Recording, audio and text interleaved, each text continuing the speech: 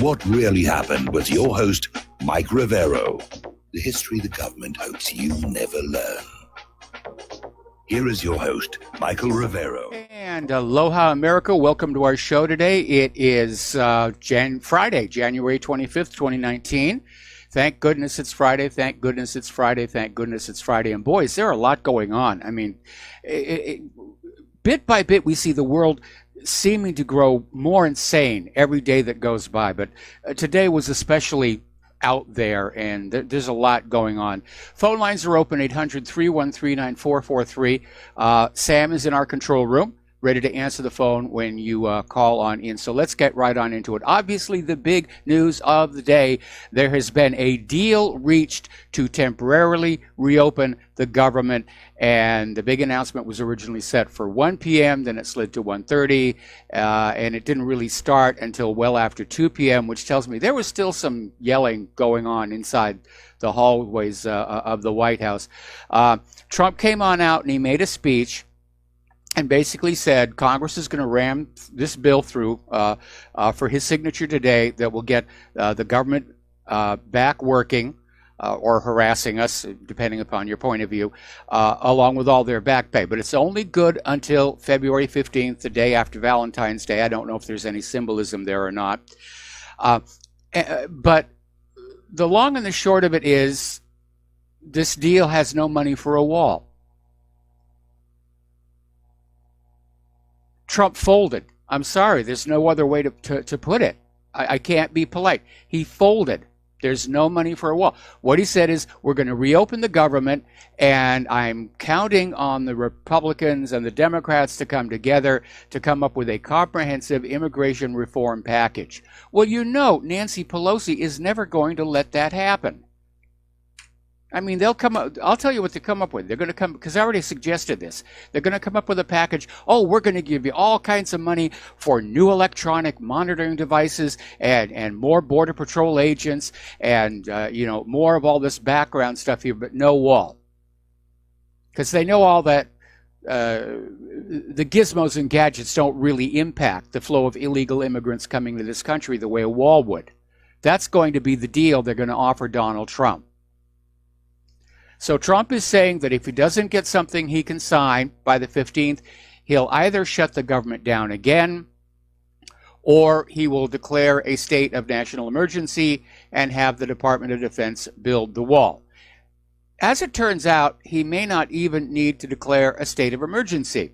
There is the Congressional Research Service. It's nonpartisan, and they've released a paper basically saying Donald Trump has the authority to use Department of Defense resources to build a wall without obtaining congressional approval or declaring a state of emergency. And apparently this is all tied in with existing law that allows U.S. military assets to be used in the war on drugs. And as Trump made it very, very clear during his press conference this morning, that southern border is a major source of the drugs coming on in to our country and just cutting into the CIA's profits. So we have just got to shut that down right now.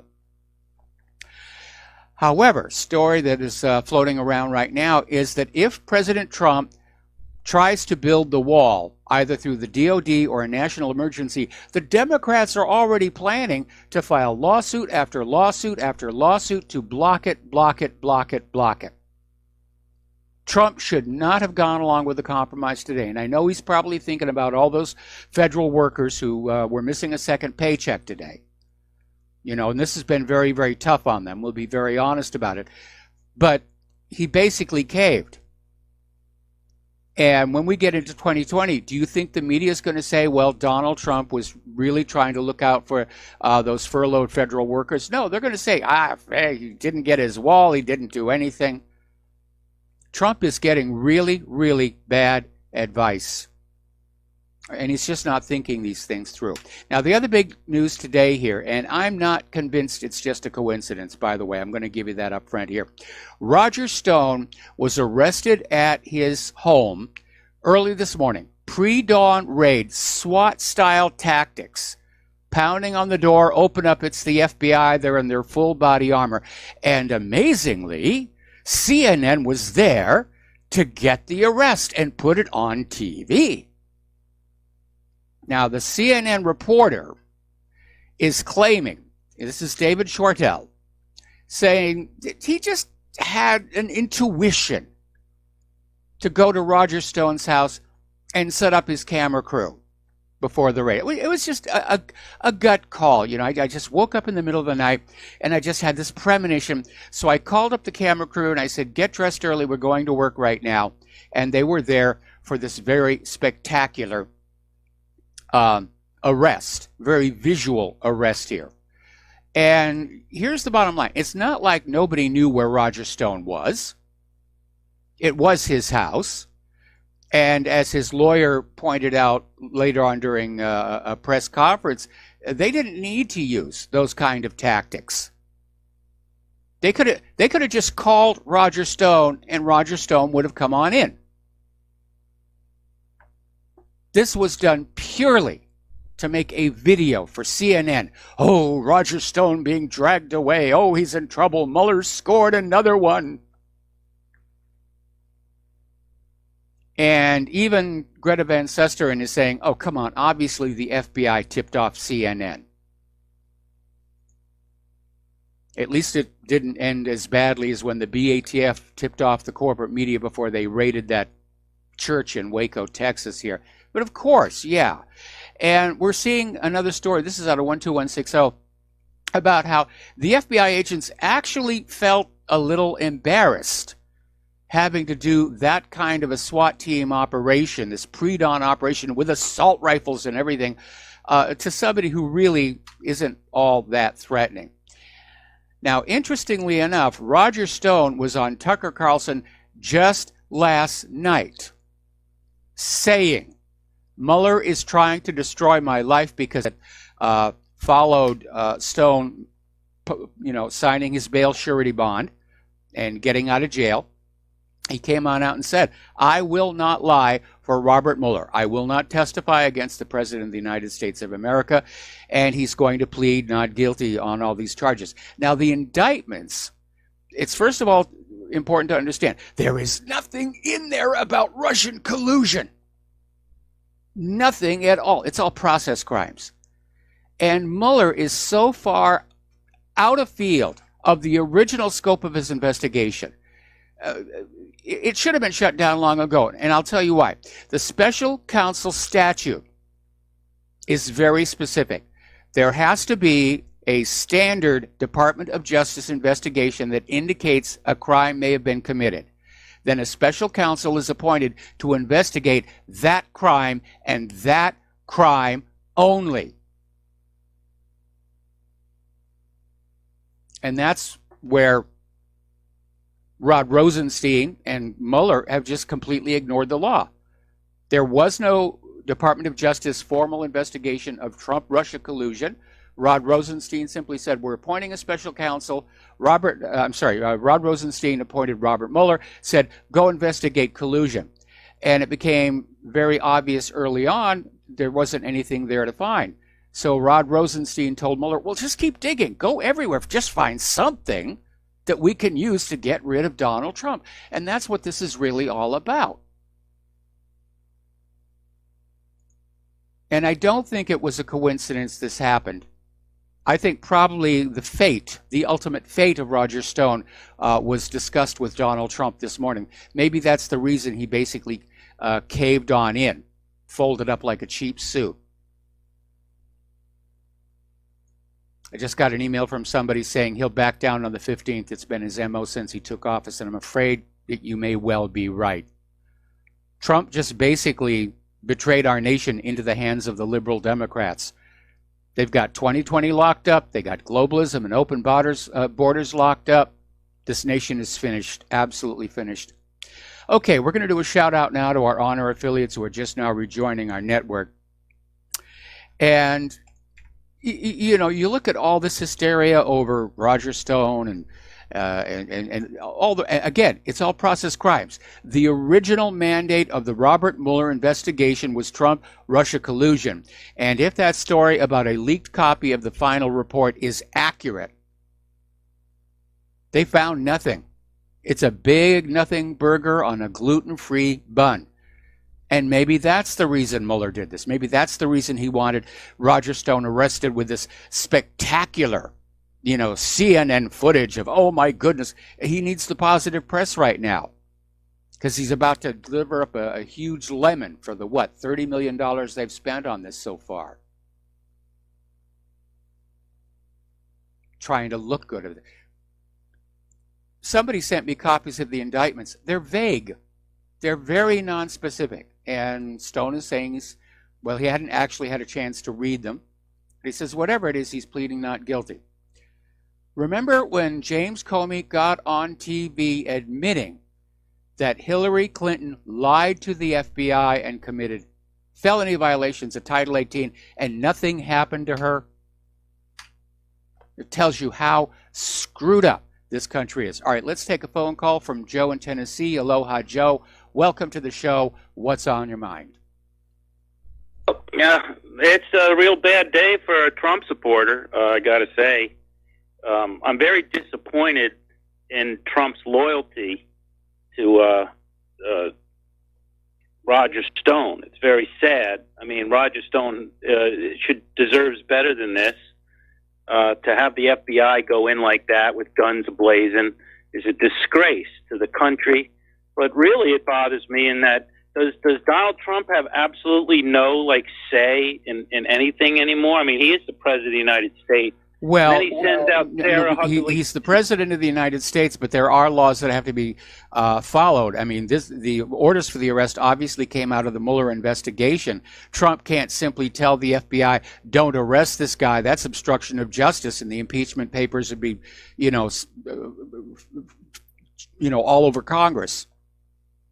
Well, that might be true, but I mean, you think they would do something like that to Bill Clinton's friends or one of Obama's friends? So obviously Trump's dropping the ball, and that the people that are under him have no regard for him, that they would allow something like, I mean, everybody, like you said, even the FBI agents are embarrassed by this. Well, they were embarrassed at having to be there with the assault rifles and the body armor, for what was obviously not going to be a confrontational arrest. The other thing is to get your supporters and get your people up for a shutdown and then to cave like this. I mean, it's no doubt you can't paint this as anything but a cave. I mean, if you're going to start a war, a fight, I'm ready. I'll back you in a fight, and then to back down like this, because I think what happened was the shutting down of the airports was too much for him. And I'm sure it wasn't just him. I'm sure all the senators were there saying, well, we're going to vote to open government, and then you're going to even look worse. So I wouldn't doubt. I wish I could have been to hear what really went on in the White House to make him cave like he did, but there's no way of painting it any other way than the cave that it was. It's a very sad day for Trump supporters. Well, like I said, I don't think it's a coincidence that Roger Stone was arrested on the same morning that Trump made this announcement.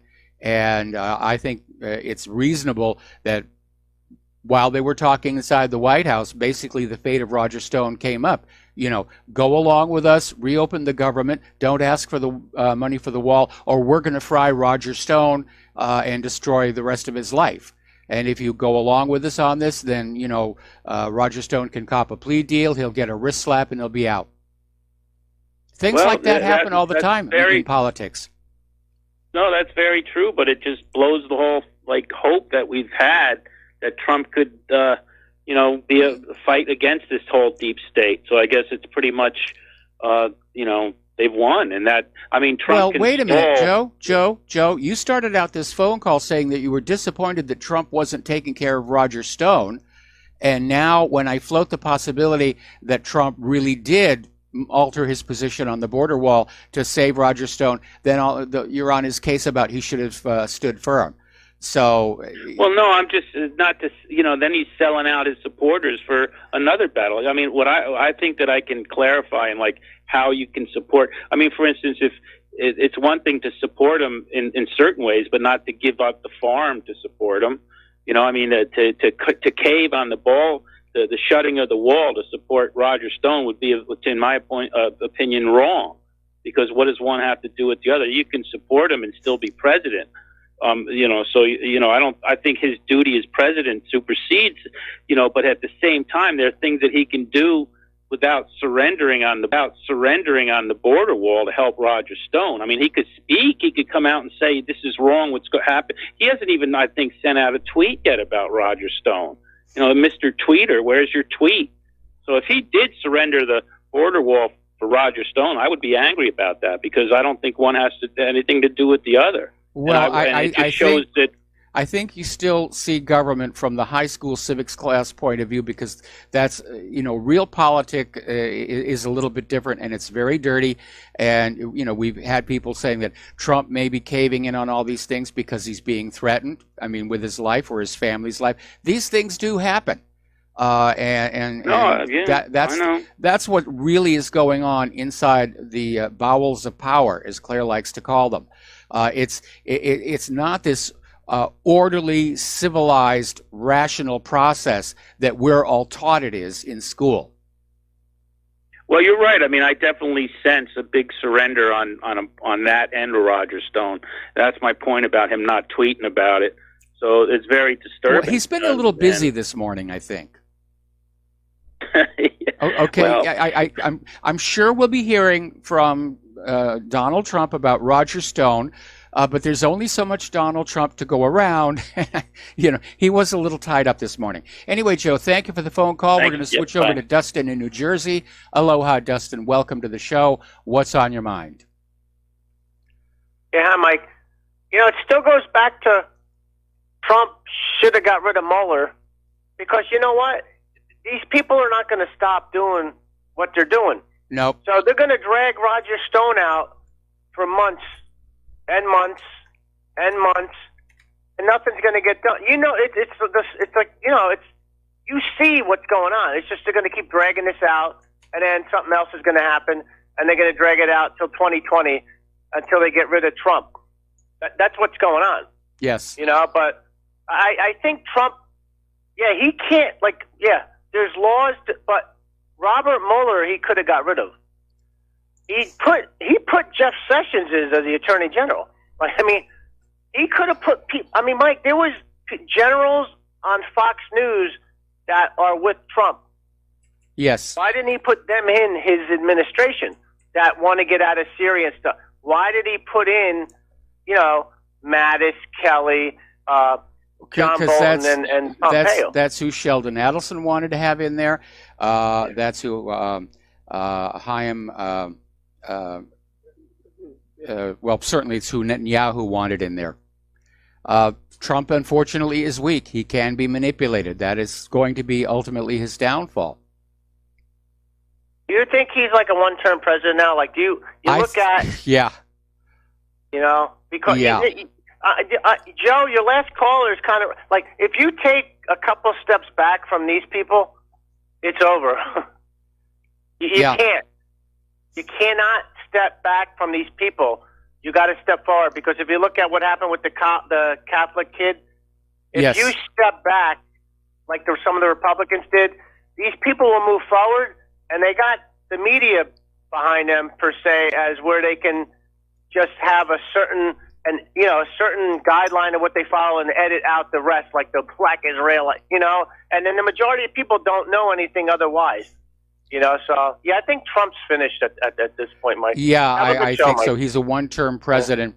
The only question is going to be whether he's actually going to run in 2020 or whether there'll be a primary challenger who will replace him. But at this point, I considered myself part of Trump's base back in 2016. And those of you who were listening to the show back then, how hard we worked to support his campaign and basically to oppose Hillary Clinton. But at this point, I'm not going to go through that again. If Trump is the GOP candidate and Hillary comes back, I'll have to support Trump again, but I won't be enthusiastic about it. Dustin, got to let you go. Got to take a break for commercials. We've got more callers on the line, and we'll be right back. And aloha, America. Welcome back to our show. And before we go back to the phones, and boy, the lines are really loaded up here. It turns out Trump has been tweeting out about the Roger Stone arrest and brought up the issue of who alerted CNN to be there. At which point CNN has responded saying, well, our ability to capture the arrest of Roger Stone was the result of determined reporting and interpreting clues revealed in the course of events. That's called journalism. Boy, they're piling it higher and deeper over there at CNN, I tell you. Now, as it turns out, during the press conference following Roger Stone's release from jail, you probably heard in the background this chanting going on, lock him up, lock him up, lock him up. Okay, apparently this was an organized group called Act Blue, which is another Brock Soros organization. So this whole thing was orchestrated from the tip-off to CNN, which they're trying to deny, to this Act Blue showing up and trying to basically shout down Roger Stone. All right, back to the phone. Steve Elkins. Aloha, Steve. Welcome to the show. What's on your mind? Well, like you, Mike, I watched that, and I was very, very disappointed in Donald Trump.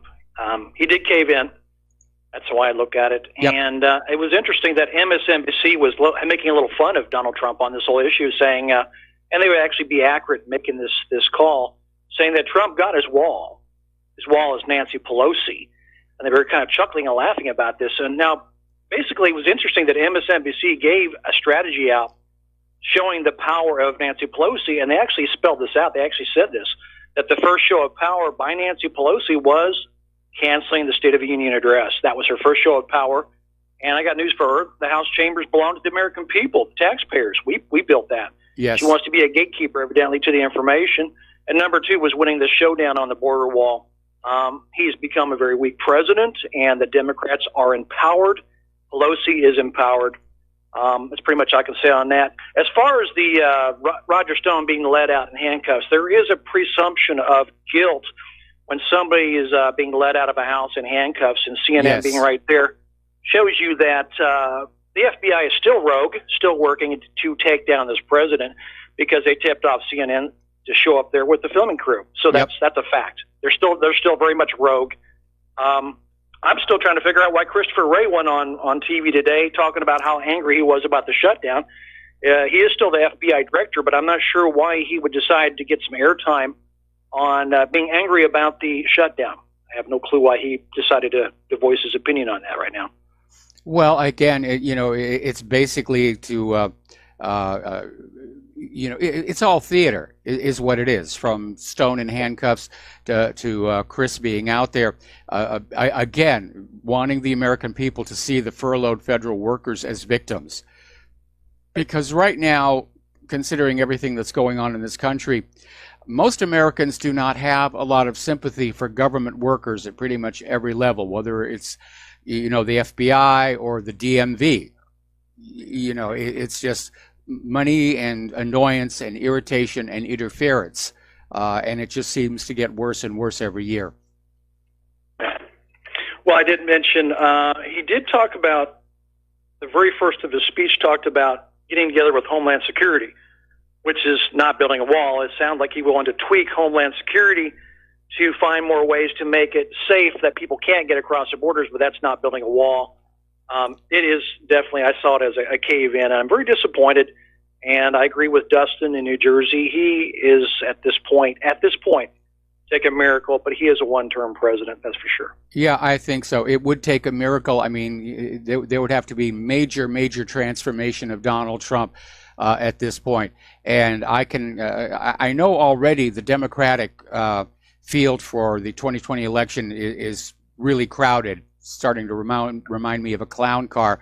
But I think after this, we're going to start seeing a lot more Republicans declare for the 2020 primaries.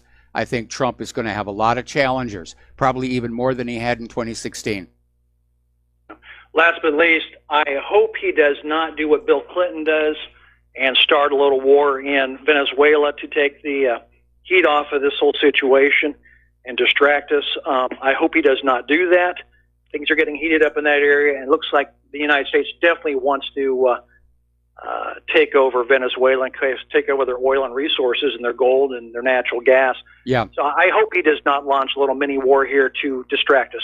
I don't think he's even in control anymore, and I'm afraid war with Venezuela is going to be imminent, and I suspect that there are probably already American boots on the ground hidden out there in the jungle. We're going to be talking about Venezuela as soon as I clear all these phone calls. Hey, thank you, Mike. Appreciate it. All right, thanks an awful lot here, and we're coming up on another commercial break. So again, down in Venezuela, we've got a coup d'etat going on led by Juan Guaido, who is backed by the United States, and it's a very unconstitutional event that he's done. He simply stood up and said, "I am now the interim president." Trump said, "I recognize you." It's ridiculous. We'll be right back after these commercials. Aloha, America. Welcome back to our show here. And before we go back to the phones here, something very puzzling going on here. I'm looking at Fox News, and they've got the co-founder of Home Depot, Bernie Marcus, and they're asking him about Alexandria Ocasio-Cortez proposal for a 70% top tax rate. And they're also asking his opinion about Trump supporting the Venezuelan opposition. Now, we're all familiar with Home Depot and their nice stores and everything, but why is Fox News thinking this guy is some kind of an authority? Now, obviously, in the case of the tax situation, he's got a vested interest in opposing it, and I imagine we're going to see a lot of opposition to Alexandria for that particular suggestion coming from the money junkies. Probably they just look at that number, 70%, and they're already going into money withdrawal and they're getting the shakes and getting sweaty and everything.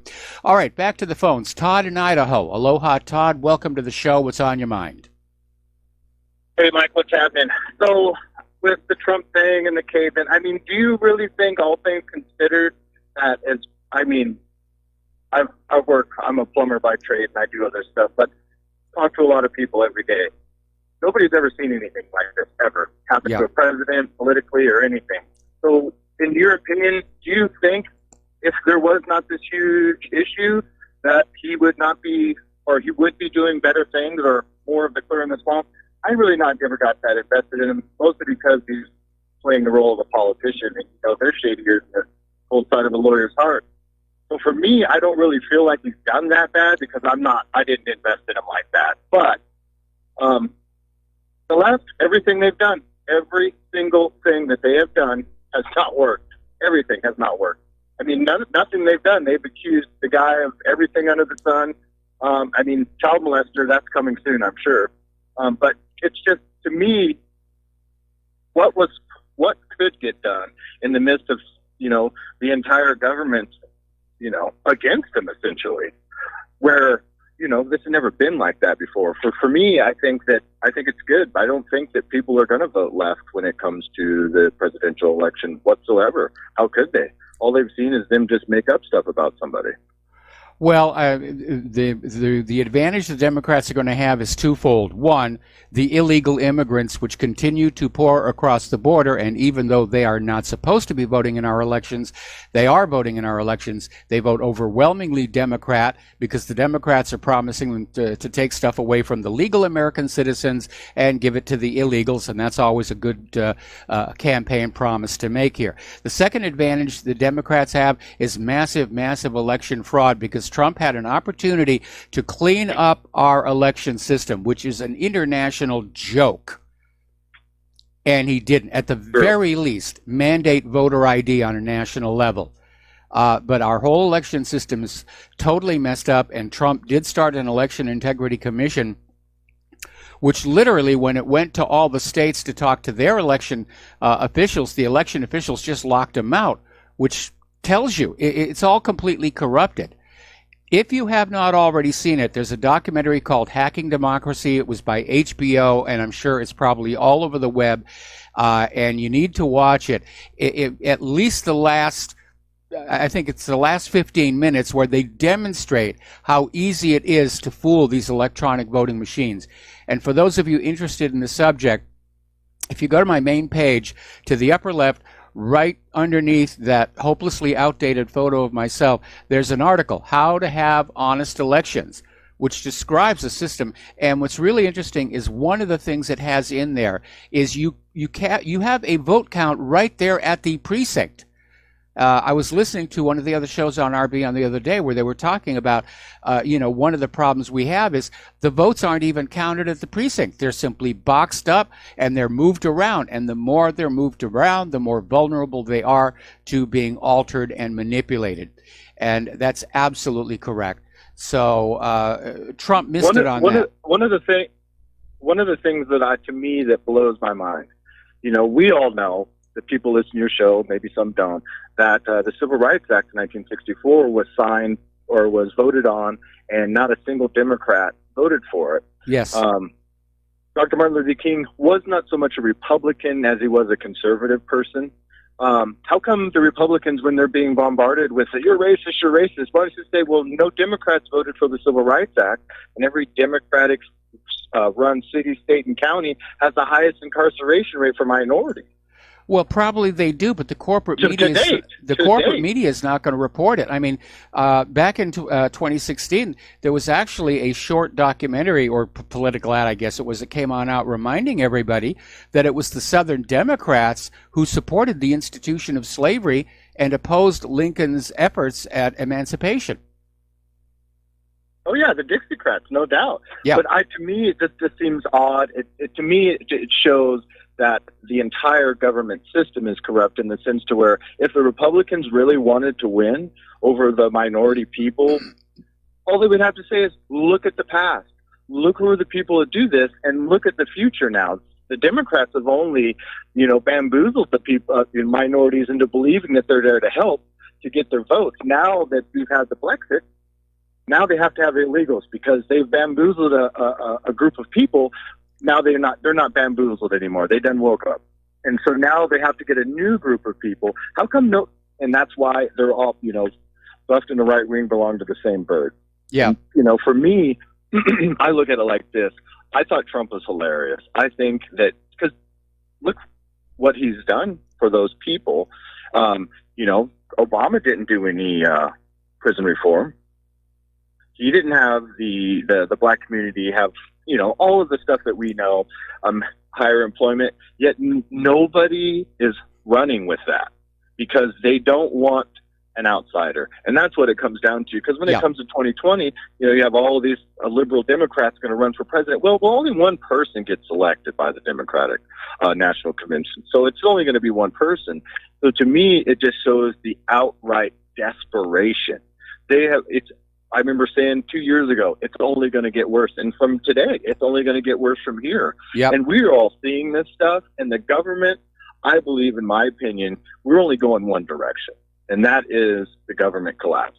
Civil war, I just don't really see people out in the street shooting it up. I just really don't. I certainly hope not. I'm looking against that. But collapse, I agree. Where we live in southern Idaho, we have a sheriff-sponsored militia. These people ain't playing around down here. It's kind of one of the reasons why I live here still. I came here because my mother was sick and she had cancer and she passed away.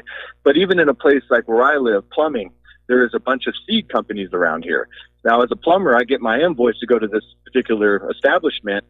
They all have these names, different names on the sign, but my paperwork always said Monsanto. And we have a super huge, we have about 50,000 people who live in the Magic Valley. And we have one of the largest cancer treatment institutes in the state. Oh, boy. So that kind of goes to show what's happening here, because I live in nothing but farmland. I actually had to pull over, because where I live, we live right on the Snake River Canyon. And so I had to pull over before I dropped down in it. To me, I'm not worried. I'm prepared. I teach people to be prepared. That's kind of what I do also for a living. And to me, I'm not worried, because people aren't going to be out in the streets killing each other. You're going to have idiots, because we're surrounded by them in our country and in the world in general. But these politicians, they have no clue, because there is tens, hundreds of millions more of us than there is of them.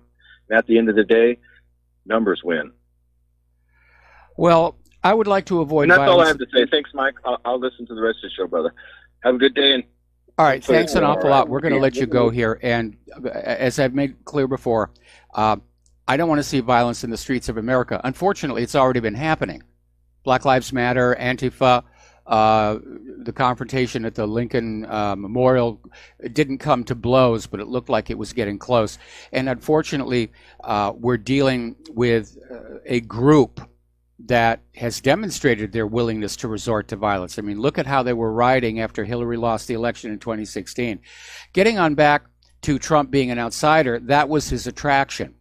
Well, now he's going to be seen as an insider, which is another reason why I think he's a one-term president. And I think what it comes down to is that CIA has just sort of gotten used to the fact that they're steering the political course of the United States of America, that they're in control, that they pick the candidates, they pick the presidents, and our votes really don't matter. And Hillary was supposed to win in 2016. And Trump's win was a slap in the face to the CIA and that whole institutional nation. And they reacted towards Donald Trump the way the U.S. government reacted towards Cuba following the Bay of Pigs. Oh, we're going to sanction you. We're going to isolate you. We're going to, 60 years, we're still exacting our revenge on Cuba. All right, we're going to go back to the phones here. Dan in Mexico, aloha. Welcome to the show. What's on your mind? Aloha and buenos tardes from Nuevo Laredo, Mike. Down here, it sure does look like Trump made a big boo-boo today, and I don't hold out much hope, similar to you, that he's going to change course. Is Steve Elkins, is that the caller that he's an Aggie that's living in China or doing business in China? No, I think it seems like I remember. Well, he's another host here at RBN.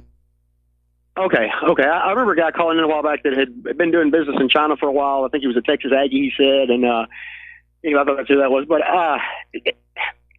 I'm just curious, is there any way that we can determine if Nancy Pelosi is drunk on power or just still off of the Napa Valley? Well, clearly she's drunk on power. Remember that interview she did in the media a few weeks ago where she got up there and actually claimed that the Constitution puts her on an equal standing with the President of the United States of America. And no, it does not. But I mean, yeah.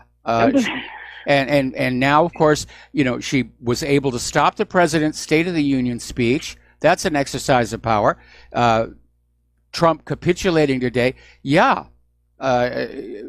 Pelosi is just going to, she's going to build on this. I had so much hope for Donald Trump as the teetotaler that he is that, maybe he would install mandatory breathalyzers in Congress and, half the Democrats wouldn't be able to show up then. Of course, neither would half the Republicans. Well, that might not be a bad thing right there. But actually, Pelosi, there was an article that came out a while back about how Nancy Pelosi is just using a lot of taxpayer-funded aircraft to travel all around the world. It's supposed to be on official business, but there's a lot of fun going on. And apparently there's quite a bit of alcohol on those flights.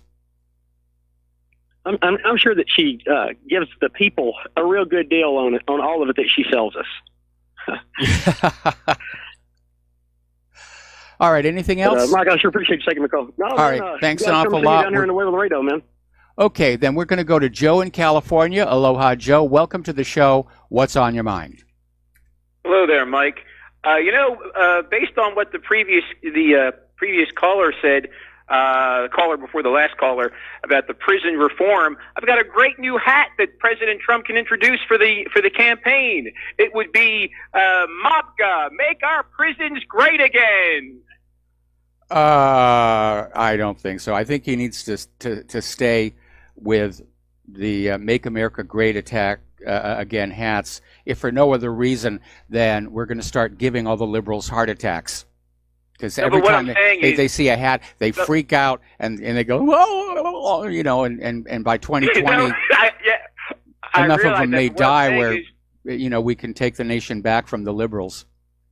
Right, but what I'm saying is President Trump has nothing to run on. He's basically Jeb Bush.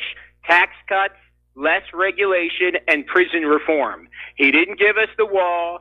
He didn't didn't pull us out of the wars. He's a massive disappointment. Mike, I met these two fellas. They both were wearing the Make America Great hats on a few days ago at the local Walmart, and I was talking to them about Trump. And they are still high on Trump, and they said, oh, we have to give him time on the wall, and they voted for him not on ending the wars. I really believe this. Most Trump voters couldn't care less about these wars. It's all about the wall and reindustrializing America. If they go to war in Venezuela, they will be cheered on. Trump will be hailed as a hero. They could have a parade down Fifth Avenue in New York or wherever in New York City.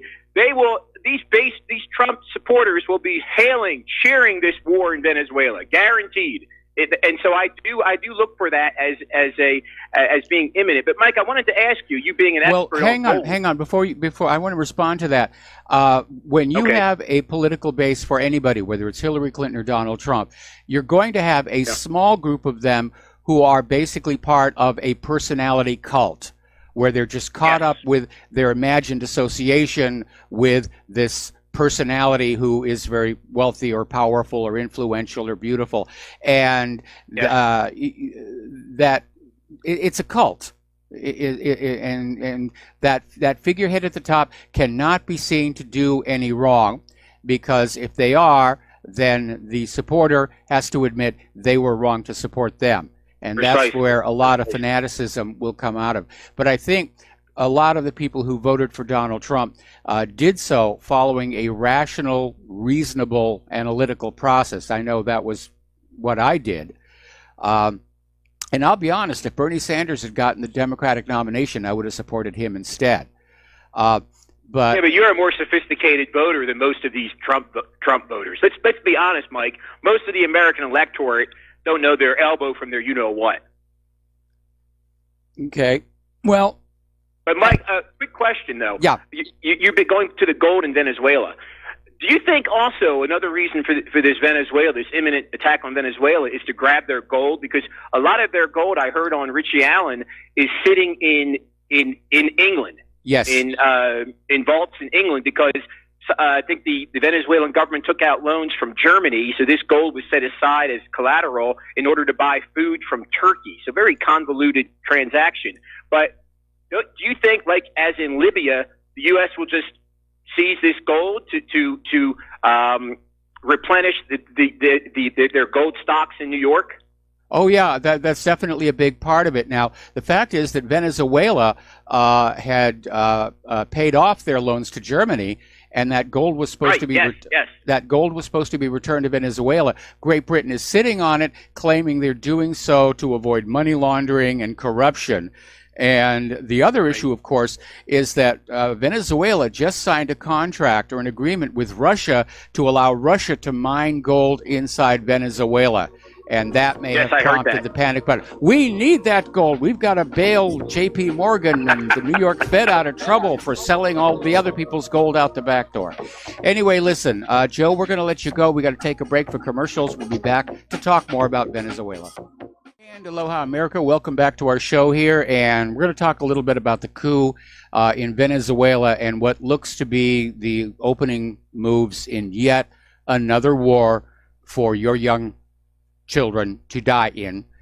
And basically it began, it's been in the planning stages for a very, very long time. The United States government has coveted Venezuela and its oil and its gold and whatever else is in there for a very, very long time. Hugo Chavez was seen as a political threat because of his tendency to spend the wealth of Venezuela on the Venezuelan people. And that, of course, was giving people in other countries bad ideas. And so the U.S. has always kind of wanted Venezuela back in the fold of capitalist nations where the people are working really, really hard and the elites are getting very, very rich. So this U.S.-backed president of the National Assembly, Juan Guaido, swore himself in as the interim president Wednesday morning, at which point Donald Trump recognized the illegal self-proclaimed president. The same was done by the Secretary General of the Organization of American States, Luis Almagro, who has instigated attacks against Venezuela and the Maduro government here. But basically, this could lead to a civil war. The military is still very much on the side of Maduro. Most of the government is still with him here. But the United States is basically pushing this unelected opposition leader as the new head of the country. And Venezuela is a democracy. Guaido has never run for president. He's never been a presidential candidate. He's not elected.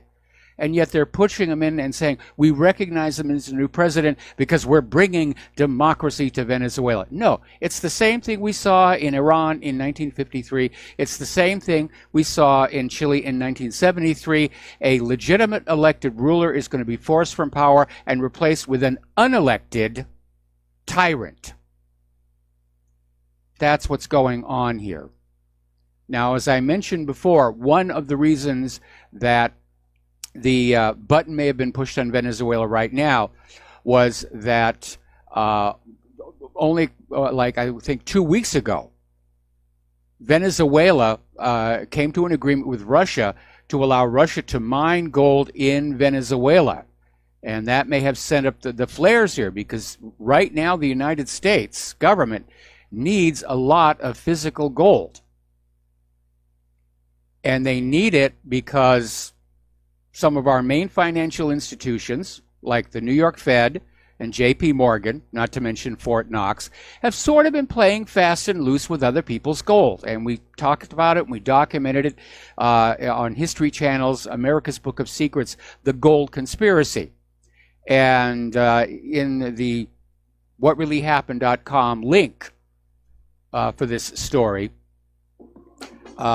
where it says we need to replace all that gold, that link goes to the Vimeo video of the gold conspiracy. And it's all been confirmed. It's all been confirmed. That's why when Germany wanted to repatriate their gold, all of a sudden, oh, the New York Fed, they panicked. All right, we got to take a break for station identification. We got a caller waiting on the line. We'll be back with hour number 2 after these few words. Aloha, America. Welcome back to our show. Hour number 2. The phone lines are open, 800-313-9443. Let's take a phone call, then we're going to get back to Venezuela. Jim in Illinois, aloha. Welcome to the show. What's on your mind? Hello, Michael. Do you know what TRUMP stands for? I'm sure you will enlighten us. Trump retreats under Madam Pelosi. Oh, good one. Good one. Boy. That's a bumper sticker right there. Yeah, and he's definitely retreated, and I think he's been intimidated. It just shows that she has more balls than him. That's all I can say. Yeah, that's one way to put it. But yeah, he caved again, just like he caved on his Syria withdrawal. He's a weak leader, and yeah, I mean, his presidency is a disaster. And I'm sorry, but he's made mistake after mistake after mistake, starting with not cleaning out the entire executive staff and replacing them all with people he knew not to be compromised by deep state connections. That was his first and biggest and fatal mistake. Well, also, the fact is, he's very naive. That's the biggest problem. Yes. Very naive. Yes. So, well, Michael, I'm going to let you go. You and Claire have a nice weekend. Take care and God bless. Thanks an awful lot. Thanks an awful lot here. All right, so we're still going on here where Maduro's government in Venezuela has ordered all U.S. Diplomatic personnel to leave. Trump is saying they no longer recognize his authority, so the diplomats are going to stay, making them targets for a potential false flag, sacrificial lambs, you know, the typical bloody shirt you use to justify an invasion. But all the non-emergency embassy staff and families are being evacuated, which I think was a really good thing. And of course, the United States is saying they will maintain diplomatic relations with Venezuela because President Guaido has invited our mission to remain in Venezuela. So that was basically it. Guaido stands up, says, I'm the president. Trump says, yes, you are. And they're off and running on this thing. Trump may have set a bad precedent.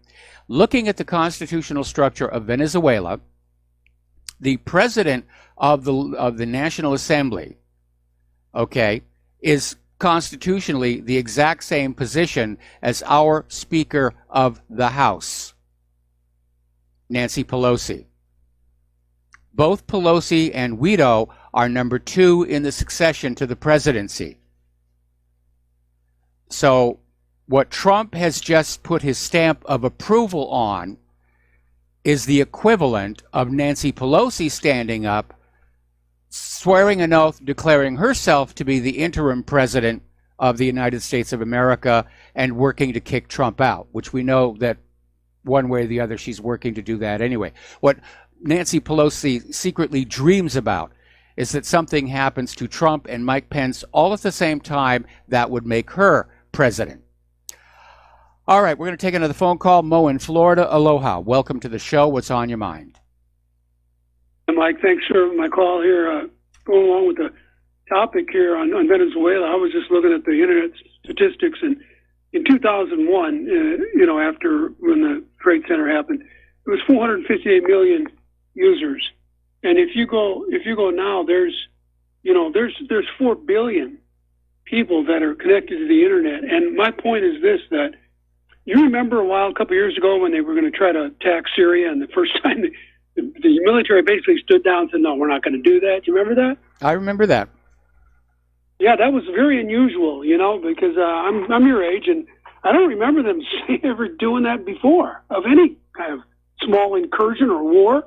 It kind of blew me away. But, I think this is going to happen, Mike, unless they shut the internet down, which would make it even worse. There's no way we're going to. Now, one American soldier gets killed in Venezuela, and this party is over because people, they woke up. In 2001, like I said, there was only 400-some million people on the internet. They're not going to get away with this crap. It's not going to happen. It's not going to happen, Mike, because, there's a lot of stupid people that don't, that aren't awake, that don't listen to, shows like yours. There's a lot of them, but there's a lot that do. If you go on Zero Hedge or any of those websites like that, I'm not saying they're perfect, they all got the game. They know, 90% of the people know what's going on. And if they get somebody on there that's trying to, say these wars are good, and that doesn't even happen anymore.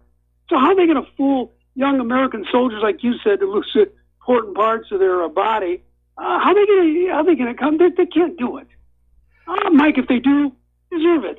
Am I crazy? Or, well, I think you're not appreciating the subtleties of the situation. First of all, we have a government that is totally unconcerned with what we, the people, are thinking because the election system is such a fraud. Second, if you remember from yesterday, they're reevaluating the selective service system, and they're talking about having young ladies register for the draft. And at some point, there's going to be a draft because we've got wars going on all over the planet. Recruitment numbers are down. But one of the ways they continue to be able to recruit young men into the military and young women into the military, for one thing, they're lowering all the standards. Second, they're offering, very generous enlistment bonuses. And the other issue is they're targeting areas that have been hit hardest by our downturn economy. To just go on in there and say, Mike, I got a good sign for when the women sign up. It'll be put on your masculinity. That's a good one. All right. Well, listen, Mo, I'm going to let you go, and we're going to switch to Mark in North Carolina. Mark, aloha. Welcome to the show. What's on your mind? How you doing, Mike? Mike, I don't know. I think Trump is just getting worse and worse with the man. I mean, he's like a bowl of jelly. I mean, today with this indictment of Roger Stone, if I was Trump, if I was the president, I'd give a press conference right afterwards and say, okay, Mr. Stone is pardoned along with Julian Assange. Okay, Mark, I'm ordering Mark, investigation. Mark, are you using a cordless handset because your signal's going in and out? Hold on a second. Is it any better now? It seems to be. Okay. I would order the Attorney General to appoint a special prosecutor immediately to investigate Mueller and all the dirty rats that he's got working for him. The guy is no better than an SS Gruppenführer. That's what he acts like. Yep. I mean, the guy is no good. And on top of that, with Trump with Venezuela, What does he think he's doing? How many wars are you going to get us involved in? You're right. They're going to have a draft if they do it. They have a draft, this country will be ripped apart. That'll be it. It's finished. Can you imagine that the Generation Z and the millennials having to, being forced into the military? They're going to. There's going to be what's going on with the yellow vest there in France will look mild. They'll tear this country apart. He's got to get control. The man is a bowl of jelly, Mike. That's all he is. Unfortunately, you're right. You're absolutely right here. And, of course, you need to understand something up front. Venezuela was not Donald Trump's idea. He has not created the Venezuelan war. It was created for him. He's certainly enthusiastic about going along with it. I'm sure that John Bolton was out there saying, Maduro's a dictator. Maduro is terrible. He passes wind in elevators. He tap dances barefoot on shag carpet, and we got to take him out of power. Can I ask you something, Mike? Yeah. If it wasn't for sanctions and stuff put on to Venezuela, would they really be in a bad situation they're in now? Or is it pretty much because of the sanctions? The sanctions aren't working. The sanctions. Before the U.S. declared economic war on Venezuela, it was actually one of the wealthiest nations in South America. It had a very high per capita standard of living, and a lot of it had to do with the Bolivarian government, which was dedicated to the fact that the wealth of the nation belongs to the people, and we're going to make sure that the people get it, which is an idea that money junkies around the world absolutely hate. They don't think you should have any money. It should all be theirs. Well, how come the sanctions aren't working on Russia? As a matter of fact, they're getting much more. They're getting wealthier now. If they're very close, to being surpassing Germany. Gross domestic product. Well, the sanctions are breaking down and the tariffs are breaking down because the rest of the world are finding ways to get around them by dropping the use of the U.S. dollar.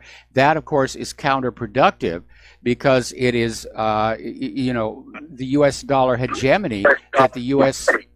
Has weaponized to try and enforce its will on other countries.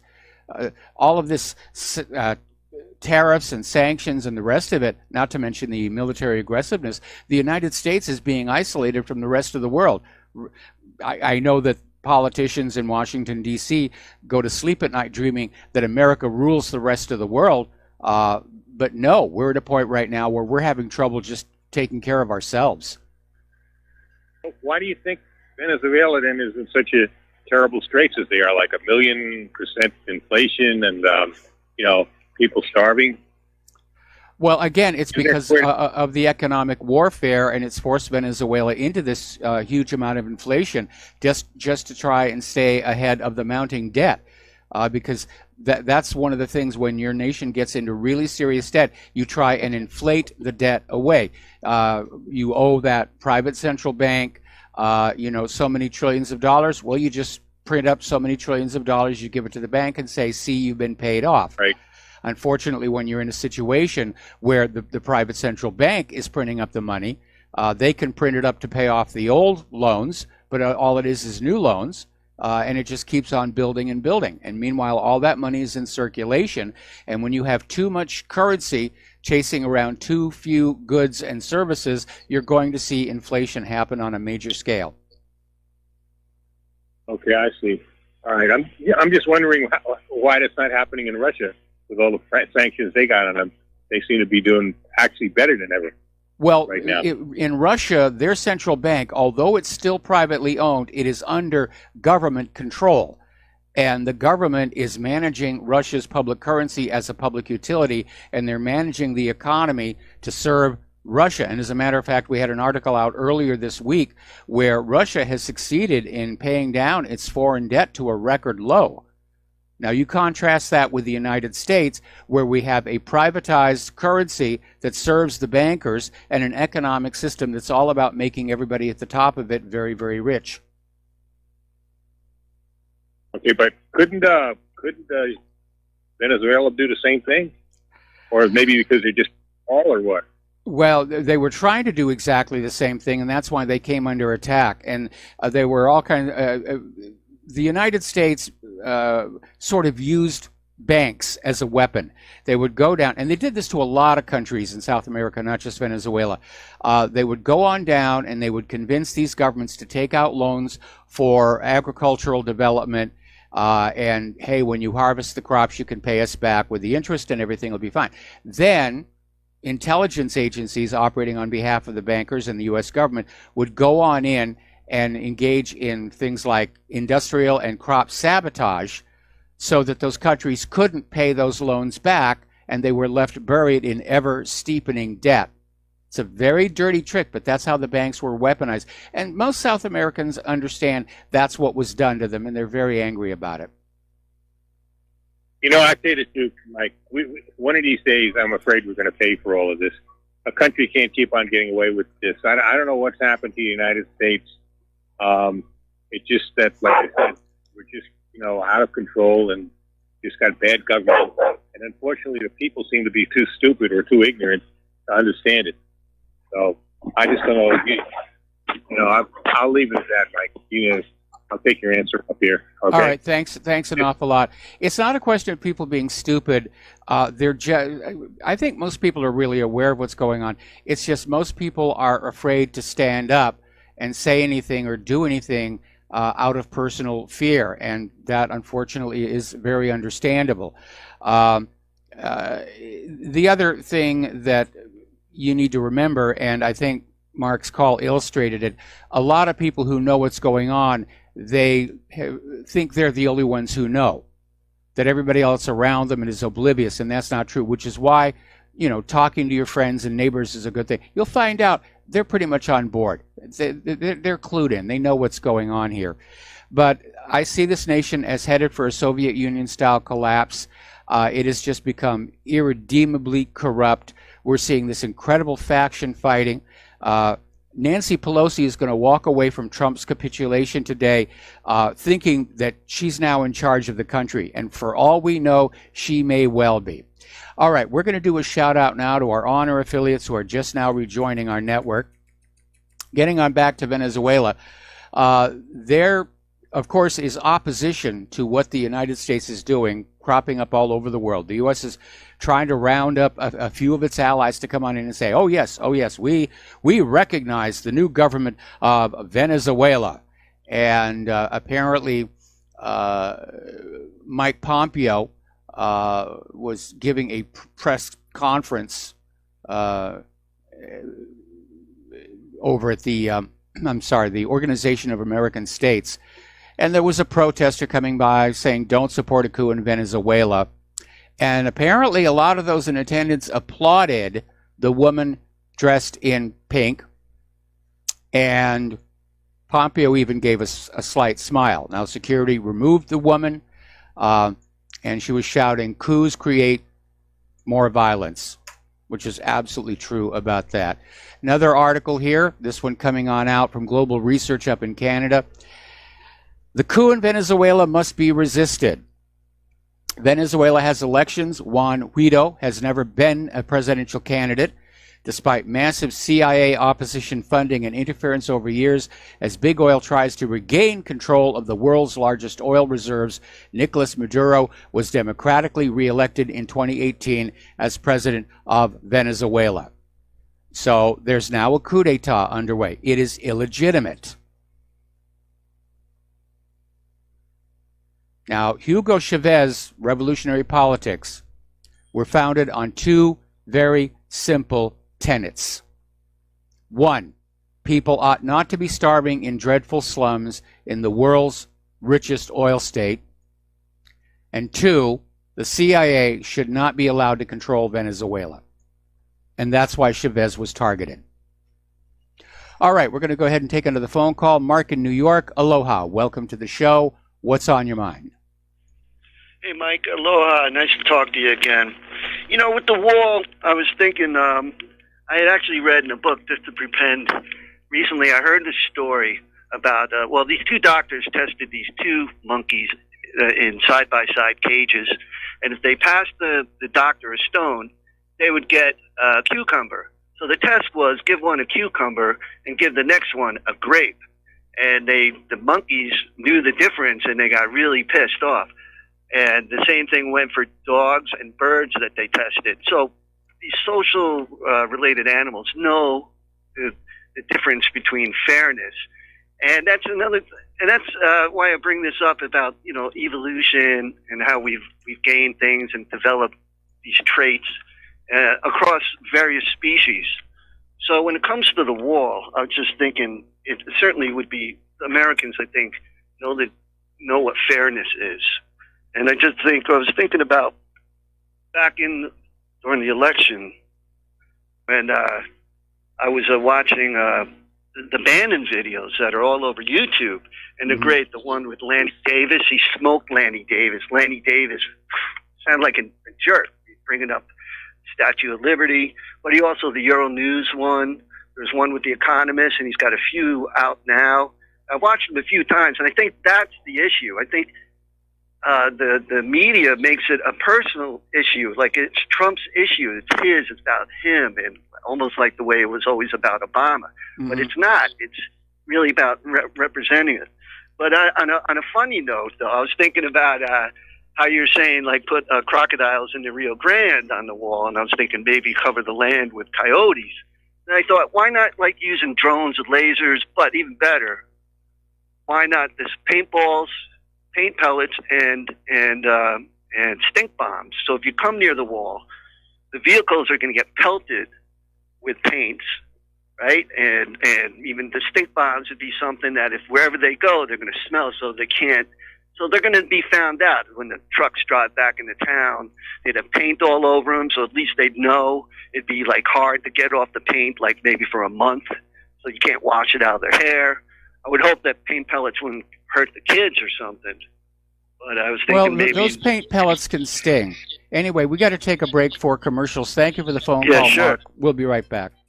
Aloha, America. Welcome back to our show here. And apparently Mike Pompeo has just named Elliott Abrams as his new special envoy for Venezuela. And Pompeo is saying Abrams will be in charge of all things related to our efforts to restore democracy in Venezuela.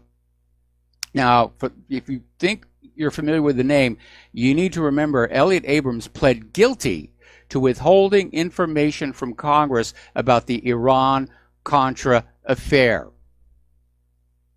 which involved all of that gun and drug running out of Arkansas under then Governor Bill Clinton down to Nicaragua to arm the Contras against the Sandinistas, still messing around there. And so, yeah, it's another one of these deep state operatives that are out there who are going to be mucking about down there in Venezuela. So it's like we've made absolutely no progress at all since the days of Iran-Contra. Bloomberg is reporting that Nicolas Maduro's government was once again trying to pull $1.2 billion worth of gold out of the Bank of England. And apparently it is now surfaced that the Bank of England's decision to deny Maduro officials withdrawal came after top U.S. officials, including Mike Pompeo and John Bolton, lobbied their British counterparts to help cut off the regime from its overseas assets, which is a polite way of saying we're not going to let the government of Venezuela have their own money. So it's ugly. And of course the corporate media is out there. He's a dictator. No, he was elected. Remember when they were calling Assad a dictator? He was elected. The ones that get put in afterwards, they're the dictators. Anyway, Iran is backing Venezuela's President Maduro and is rejecting the idea of U.S. interference, probably having felt so much of it themselves. Again, Mike Pompeo has called on Maduro to hand over to Guaido, who is currently supported by the European Union, Canada, Mexico, Colombia, Peru, Argentina, Chile, Colombia, Costa Rica, Guatemala, Honduras, Panama, and Paraguay. Maduro has the backing of Russia, Iran, Turkey, Uruguay, Cuba, Syria, and Palestine. Now, you probably noticed there's a lot of countries in South America want Maduro out. That's because they see Venezuela as regional competition, and they want it weakened. The same reason that Israel wanted Iraq smashed up and wants Iran smashed up. You see, for a leader of a nation, it's really, really hard to actually build that nation up into something better. It's really just a lot easier to fling a few bombs over the borders and bomb the other countries down to a lower standard of living than what you have. And then you can tell your people, see, we've got the best lifestyle in the area. That's what's going on here. So who else is getting involved on this? Apparently, Debbie Marcusal Powell is going to be in charge of humanitarian aid to Venezuela. Donna Shalala is going to be looking at how to block any more weapons and supplies to Maduro. And Debbie Wasserman Schultz is going to be taking on President Vladimir Putin. In other words, the congresswoman who fixed the Democratic primary for Hillary Clinton is now going to fix democracy in Venezuela. And I'm sure that's going to come as a tremendous comfort to the people of Venezuela. All right, turning over to other parts of the world. Apparently, there are rumors there's going to be another staged false flag chemical weapon attack in Syria. And this has been going on going back to 2013. 5 years they've been doing this, and every time it's a fabrication. And again, it doesn't make sense. Assad has all but won the war. He doesn't need to use chemical weapons, and he knows chemical weapons are exactly what the United States would use as an excuse to turn around, come on back in and say, oh yeah, we've got to get Assad. What am I meaning by turn around? I mean, the withdrawal is over. Trump's promised withdrawal isn't happening. John Bolton has basically seen to that. Now, interestingly enough, there's a new book out there called Team of Vipers. It's from former West Wing communications official Cliff Sims. And he describes how he heard John Kelly in a conversation about how to stop Trump from withdrawing U.S. forces from Syria, which was a point of contention between Trump and Kelly. So, yeah, Trump is surrounded by people who want war, as long as they don't have to fight it or pay for it. That's, after all, what you're all for. We got to take another break for commercials, and we'll be right back. And aloha, America. Welcome back to our show here. We're talking about all of these wars all over the place here. And tensions are continuing to rise between Syria and Israel. And Syria is now saying that they're ready to strike at Tel Aviv if Israel continues to strike at Damascus. And they have stated that they are determined to liberate the Golan Heights. Now, Israel's not going to want to give that up because they found a lot of oil and gas underneath it, and Israel's already selling it off. So Israel just is not going to want to give a refund for that. So that's going to get very, very tense. And apparently there's an Israeli patrol that got caught in a firefight at the contact line between the Israeli and Syrian forces inside the Golan.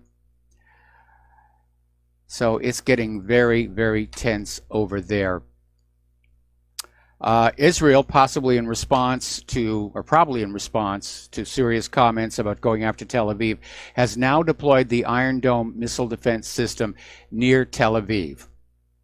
And apparently they've also deployed the system in southern Israel in anticipation of any tension with the Gaza Strip. Now, this gets interesting because yesterday we were talking about how Israel had come on out and said that Iron Dome is really not cost-effective dealing with the Gaza Strip because you're shooting these $200,000 interceptor missiles to intercept a $100 homemade rocket. But I guess that's all that they've got, and they're going to go with that. All right, we're going to take a phone call. Al in Canada, aloha. Welcome to the show. What's on your mind? Hi, Mike. I'm sorry about what happened this morning. It's a shame. Yes. I'm kind of getting to be like you now. Is that good or bad? I'm not sure that was a compliment. Well, it's just moving on. I had great hope, for Donald Trump. As a matter of fact, here's something funny. I'm a big fan of This Old House and that sort of stuff. I was watching a couple of days ago season 5 of This Old House with Bob Vila. He actually went to Trump Towers, right? Yes. And he was with Ivana Trump, and he was questioning Donald Trump. And I'm looking at this, and it's all old. It's like 280 lines of resolution, whatever, right? Yeah. And Donald Trump is talking, and he hasn't really changed a lot. He's a little slower, you can tell, right? Yes. But I was like, I'm thinking, you know what, Donald? I wish I could tell you what's going to happen. I really do. And it's a shame. But anyway, moving along, I haven't heard you mention Tulsi Gabbard. Rand Paul, I think, would be another good one. Yes. To run in a couple of years. But yeah, do you honestly think that Donald Trump will shut the government down again? At this point, no. I think he's going to try and go, with that, using the DOD to build the wall, and the Democrats are going to file lawsuits to stop him, and it's just going to drag on, and the illegal immigrants are going to continue to pour on into this country, so the Democrats can steal the 2020 election with the illegal immigrant vote. That's my prediction. Yeah. And then, this stuff that's going on in Venezuela, the federal government in the country I live in are, like a couple of points, above or below, depending how you look at it, at a dictatorship, authoritarianism and all that nonsense. Yeah. And, it's a plan. It's a plan. I'm convinced Donald Trump is hamstrung. He's done. He knows he's done. He's caved in. And, hey, you know what? He tried. Well, I'm sorry, but when you're talking about the presidency, which is supposed to be the highest office in the land, we don't need try. As Yoda would say, do or do not, there is no try. And at this point, having watched Donald Trump basically collapse this morning, he's a one-term president. I don't think there's any way he's going to be able to come back from this, because Pelosi is not going to let him get his wall. And they're going to go into 2020. The Democrats are going to say, look at this record of failure. He didn't do anything about the vaccines. He didn't clean up the elections. He didn't get the wall. We've got more wars than we've had before.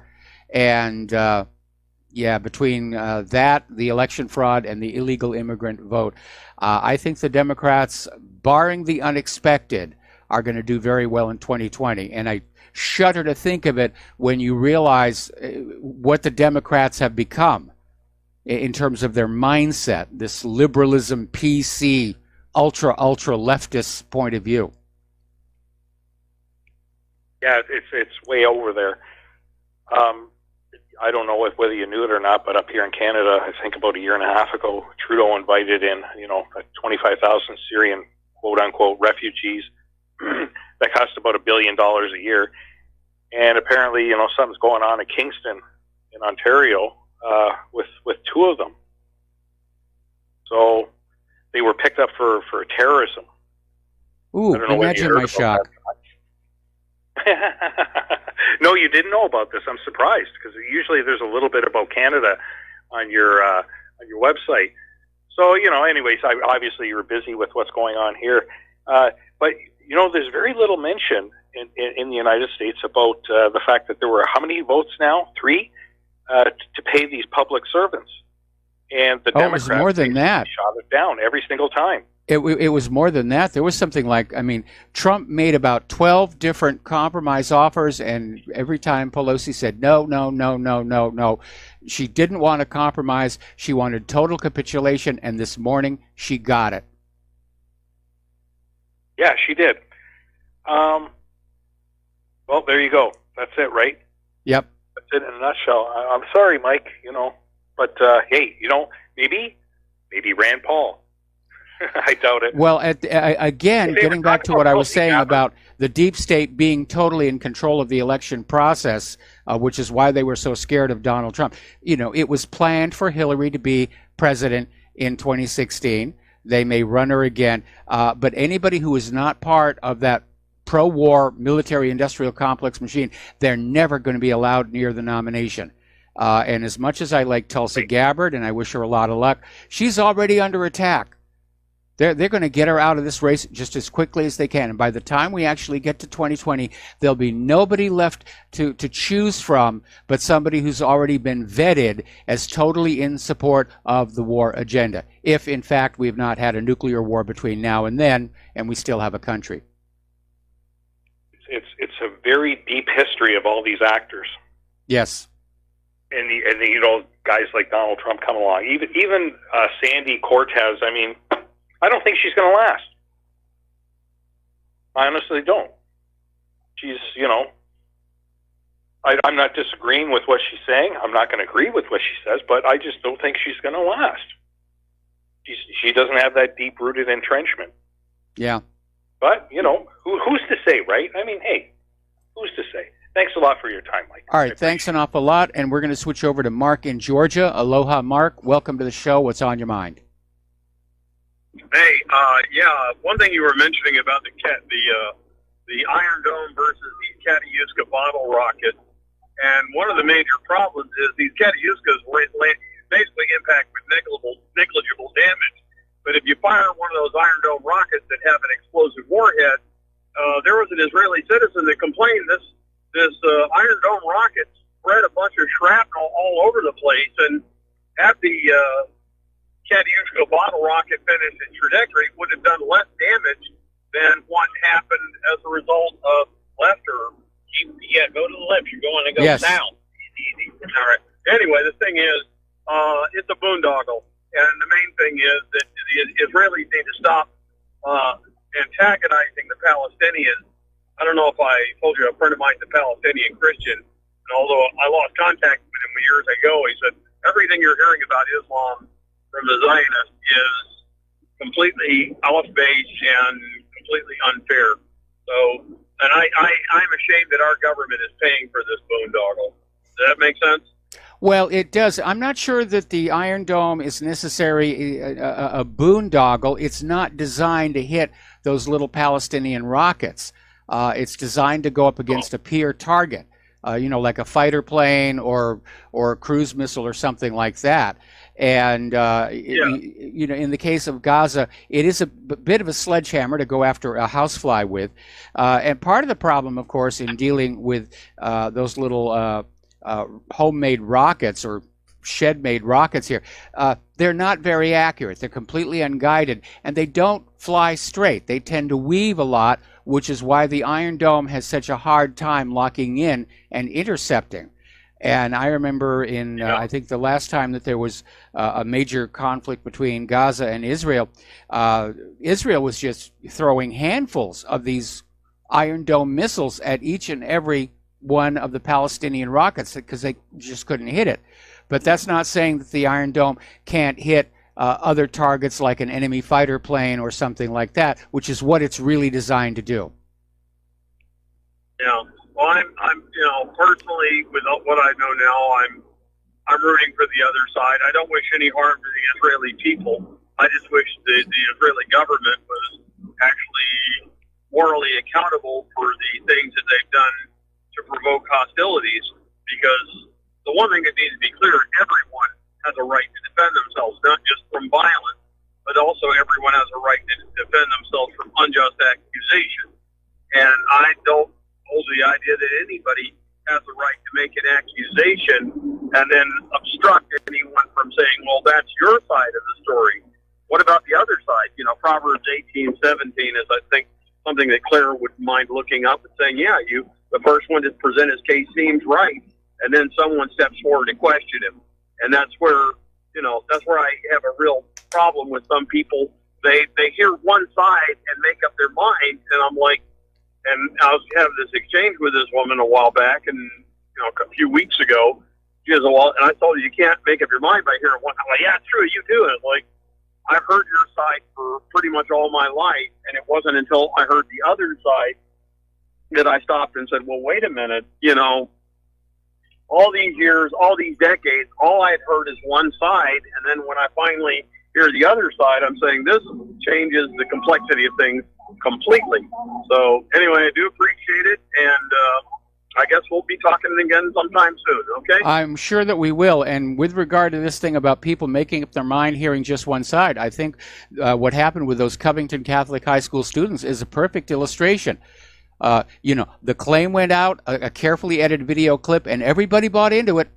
And everybody ran with it. They were just so happy they could push that agenda.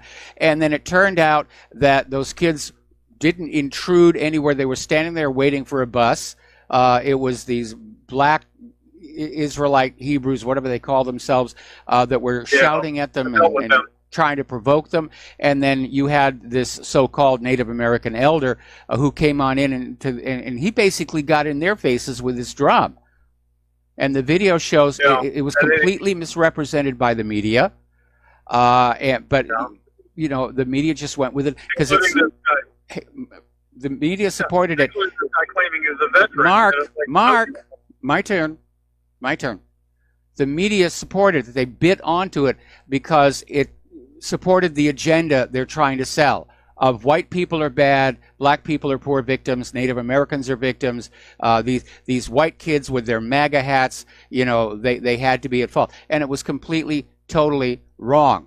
And anyway, Mark, you have something to say? Oh, that's fine. I mean, like I say, but the thing about that native is he made himself out to be some kind of Vietnam vet, and it turns out it's like the time you served was after there was any military involvement in Vietnam. We did have some quote-unquote advisors there, but that was kind of like the fall of Saigon and all like that. So, test but verify, or as 1 Thessalonians 5:21, test everything.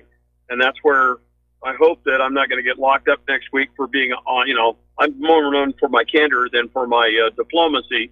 And I got a trial next week regarding a speeding ticket, and I don't want to get locked up for telling the truth. But that's the thing, is that contempt of court is something that is entirely based on a judge's personal subjective opinion. And so I'm going to prepare a generic video and, basically just try to be clear. I don't want to get locked up for telling the truth. Does that make sense? Well, it does, and I wish you a lot of luck. I wish you a lot of luck. All right, we're going to let you go here. Thank you very much for the phone call. And getting on back to the news here. Over in Israel, the forces are continuing with systematic crimes in the occupied Palestinian territories. They've killed a Palestinian civilian, wounded 7 others, including 3 children and a journalist in the West Bank. Israeli forces continue to use excessive force against peaceful protesters in the Gaza Strip. 125 civilians, including 41 children, 6 women, 4 journalists, and 6 paramedics, were wounded. One of them is reported as very, very serious. Okay, now I'm going to skip on down here, and we're going to talk about what's been going on here with this situation. Okay, I want to talk about this Covington Catholic High School situation because it does reveal quite a bit about human nature, about the nature of our corporate media. And basically you had, again, these young white men from Covington Catholic High School were in Washington, D.C. for the March for Life, an anti-abortion rally. And that rally attracted hundreds of thousands of people, mostly white. Then you had this black group screaming at them. These kids were just waiting for the bus to go back to Kentucky. And then you had this American Indian activist named Nathan Phillips, who loves to see himself on camera. In fact, one of the things he was using his claim about being a Vietnam veteran was to raise money for a documentary about himself. Talk about vanity run amok. So when you had that confrontation on video and you edited the video correctly, the corporate media had their chance.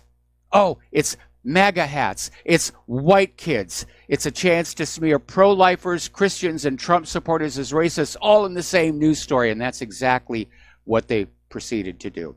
All right, I'm going to take a break for commercials. We'll be right back. Aloha, America. Welcome back to our show here. We're going to take a phone call. Dan in Washington, aloha. Welcome to the show. What's on your mind? Hey, thanks for taking the call. Just wondering, McCarthy, the new head of the House Republicans, isn't basically he like an open borders, Paul Ryan type Republican? I don't recall off the top. I don't recall the individual positions of other than the leadership, like obviously Nancy Pelosi. Okay, yeah, because I read somewhere like the way he got rid of Steve King and the way he, it just sounds like if Trump can't get this done, and I don't think a wall is necessarily an answer, but that's what he ran on. If he can't get the wall and he can't get like birthright citizenship and family reunification, I just blame the Republicans. I'll never vote Republican again after that. So, well, I guess you're voting third party then, because I'm not voting Democrat ever again. I mean, unless Tulsi Gabbard actually gets in, at which point yet I'll have to reevaluate here. But I actually agree with you on one thing. We don't really need the wall. The reason there's a confrontation down there at the border is because all of these people from Mexico and Honduras and the rest of Central America, they're being lured here. They're being baited here with the promise of free stuff, that they can come on up here and they can get their medical care and they can get, they can have their babies here and the Americans will pay for it, that they're going to get welfare and food stamps and they're going to get all this free stuff. That's what's drawing them here. And all of it is a violation of Title VIII. Right now, I saw an article where, let's see,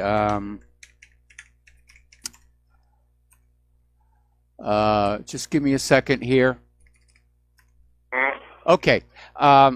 Right now, illegal immigrants receiving Medicaid costs taxpayers $18.5 billion with a B dollars every year. They're not supposed to get it. Illegal immigrants are not qualified to receive Medicaid benefits, and yet they do. So if we stop that, it's massive fraud.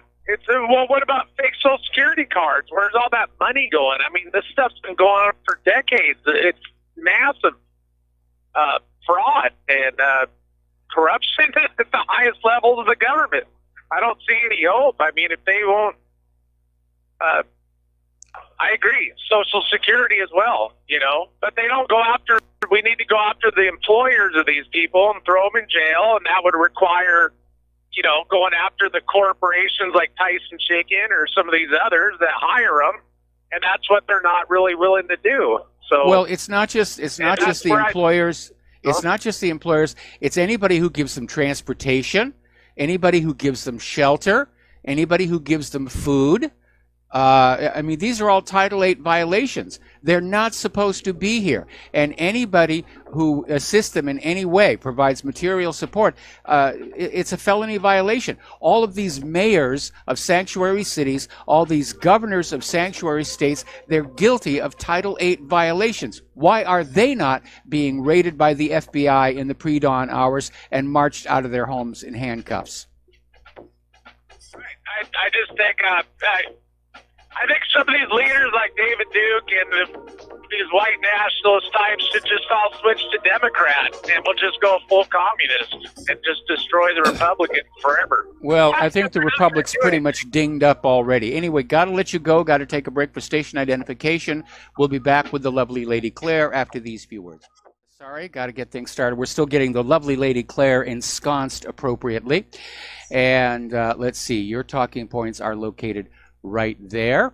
And so anyway, welcome back to the show, hour number 3.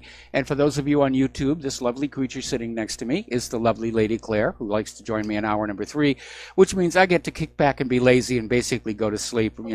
In fact, here's the volume control. When the clock is on yellow, you put it up and you talk. When it's on green or blue, you put it. Anyway, all right. You never let me have any fun. All right, so what's the first thing that you want to talk about today? Oh, hang on a second. probably help if I turned up your volume. Thank you, dear. Okay. Okay, the first thing that I want to talk about, which is really concerning me greatly, as it has been you, the situation in Venezuela. Yes.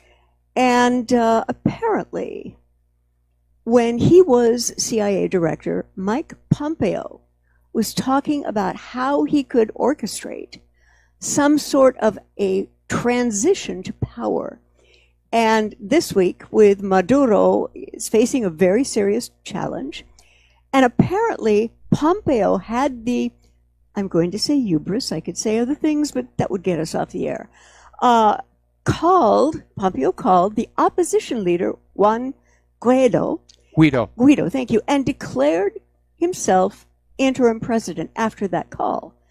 And Michael, just the insanity, the hubris of this. And by backing Guaido, this meant that there were open efforts to undermine Maduro, and that seemed to be the near-term direction for the administration. Now, Bolton said that the main focus right now was figuring out a way to ensure that all money from Venezuela exports goes directly to Guaido. Guaido, yes. And I'm shaking my head and I'm thinking, my heavens, apparently there is no such thing as a sovereign country anymore. No, there isn't really. And as I was mentioning earlier in the show, this is the equivalent of Nancy Pelosi standing up at the House of Representatives, swearing an oath and declaring herself the interim president. Because Guaido's position in the Venezuelan government is roughly the equivalent of Speaker of the House. Right. But this is a coup d'etat, and Bolton is out there. Basically, they're going to start saying you either send the money to Guaido's new government, or we'll sanction and tariff you. Don't you dare write any checks to Maduro. They're trying to basically starve him of any funds. There was a story that we had earlier in the program where once again Venezuela went to the Bank of England and said, "You're holding $1.6 billion worth of our gold. We would like it back." And Bank of England is saying, no, we're not going to do that. And apparently they were lobbied by Mike Pompeo and John Bolton to basically say, no. I mean, this is outright conquest of another country. And this is not about democracy. Nope. It's about oil. It's about gold. It's about the vanity and ego of America's war machine, because they've been trying to get into Venezuela for decades now. And it's about erasing a country that actually made socialism work. Yep. And they want that to go away. Oh, desperately. So, and again, look at the past history. Every time the United States goes into a country saying we're bringing democracy, democracy is absolutely the last thing that happens. Oh, yeah. Absolutely. And in this article, I believe it was Zero Hedge, there is a problem for people like Bolton and Pompeo, and he sort of said, officials are still studying how this had to be done, and the U.S. is setting itself up as so overtly hostile. Yes. That Maduro has ordered U.S. diplomats out of the country. Trump has ordered them not to move. And I just wonder if the keeping of these diplomats at the American consul office is a way of creating sacrificial lambs to be used as the justification for the U.S. going in full tilt boogie. Mike, what do you think? Well, I think that's a very good possibility, because the military in Venezuela are still firmly on the side of Maduro. Yeah. And that means that Guaido can posture and take oaths and, accept the platitudes of all the U.S. puppet provinces around the world. But Guaido can't actually do anything. He can't actually take over the government. No. And the only way that's going to happen is if he's there with military backing from the United States. Yeah. That in turn is going to be complicated by the fact that Russia has already sent contractors, security guys, to basically support and protect Maduro.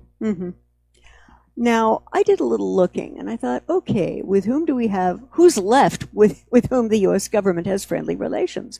Colombia. Israel. That too. Now, there are a number of bases in neighboring Colombia bordering on Venezuela. And Mike, if I were a betting gal, I would bet that those U.S. bases in Colombia are on very high alert. I would imagine so, Yeah. and I would imagine, I mean, this has obviously been in the planning for quite some yeah. time. Yeah. I think it may have been given the green light with that Russian deal to mine gold in Venezuela. But I imagine there's a lot of assets already in place to move forward with this. We could even see something dramatic happen this weekend. Anyway, we're going to do a quick shout out to our on-air affiliates who are rejoining our network. And there are also U.S. bases, I believe, in Chile and Peru from which airstrikes could be launched. Yeah. So it's for Venezuela, it's going to be a complex defensive problem. Yeah. If it goes to full-on military war, which again, that's what we saw happen in Syria and Afghanistan and Iraq, and anyway. And apparently Maduro is urging his supporters to hit the streets today as Russian security contractors arrive in Venezuela. Guys, can't we just say mercs? Come on, let's get clean and get over it. Mercs, that's what they are. And with this demonstration tonight, there is no way of knowing how violent it may get, if there are people who are already out there to literally bat their neighbors over their head because of what they believe. Provocateurs, agent provocateurs. I mean, we've seen photos of huge crowds gathered in Caracas. Right. And we're being told that these are the Venezuelan people who are opposed to Maduro. Unfortunately, I couldn't see any signs. You know, for all I know, they were out there celebrating a soccer victory.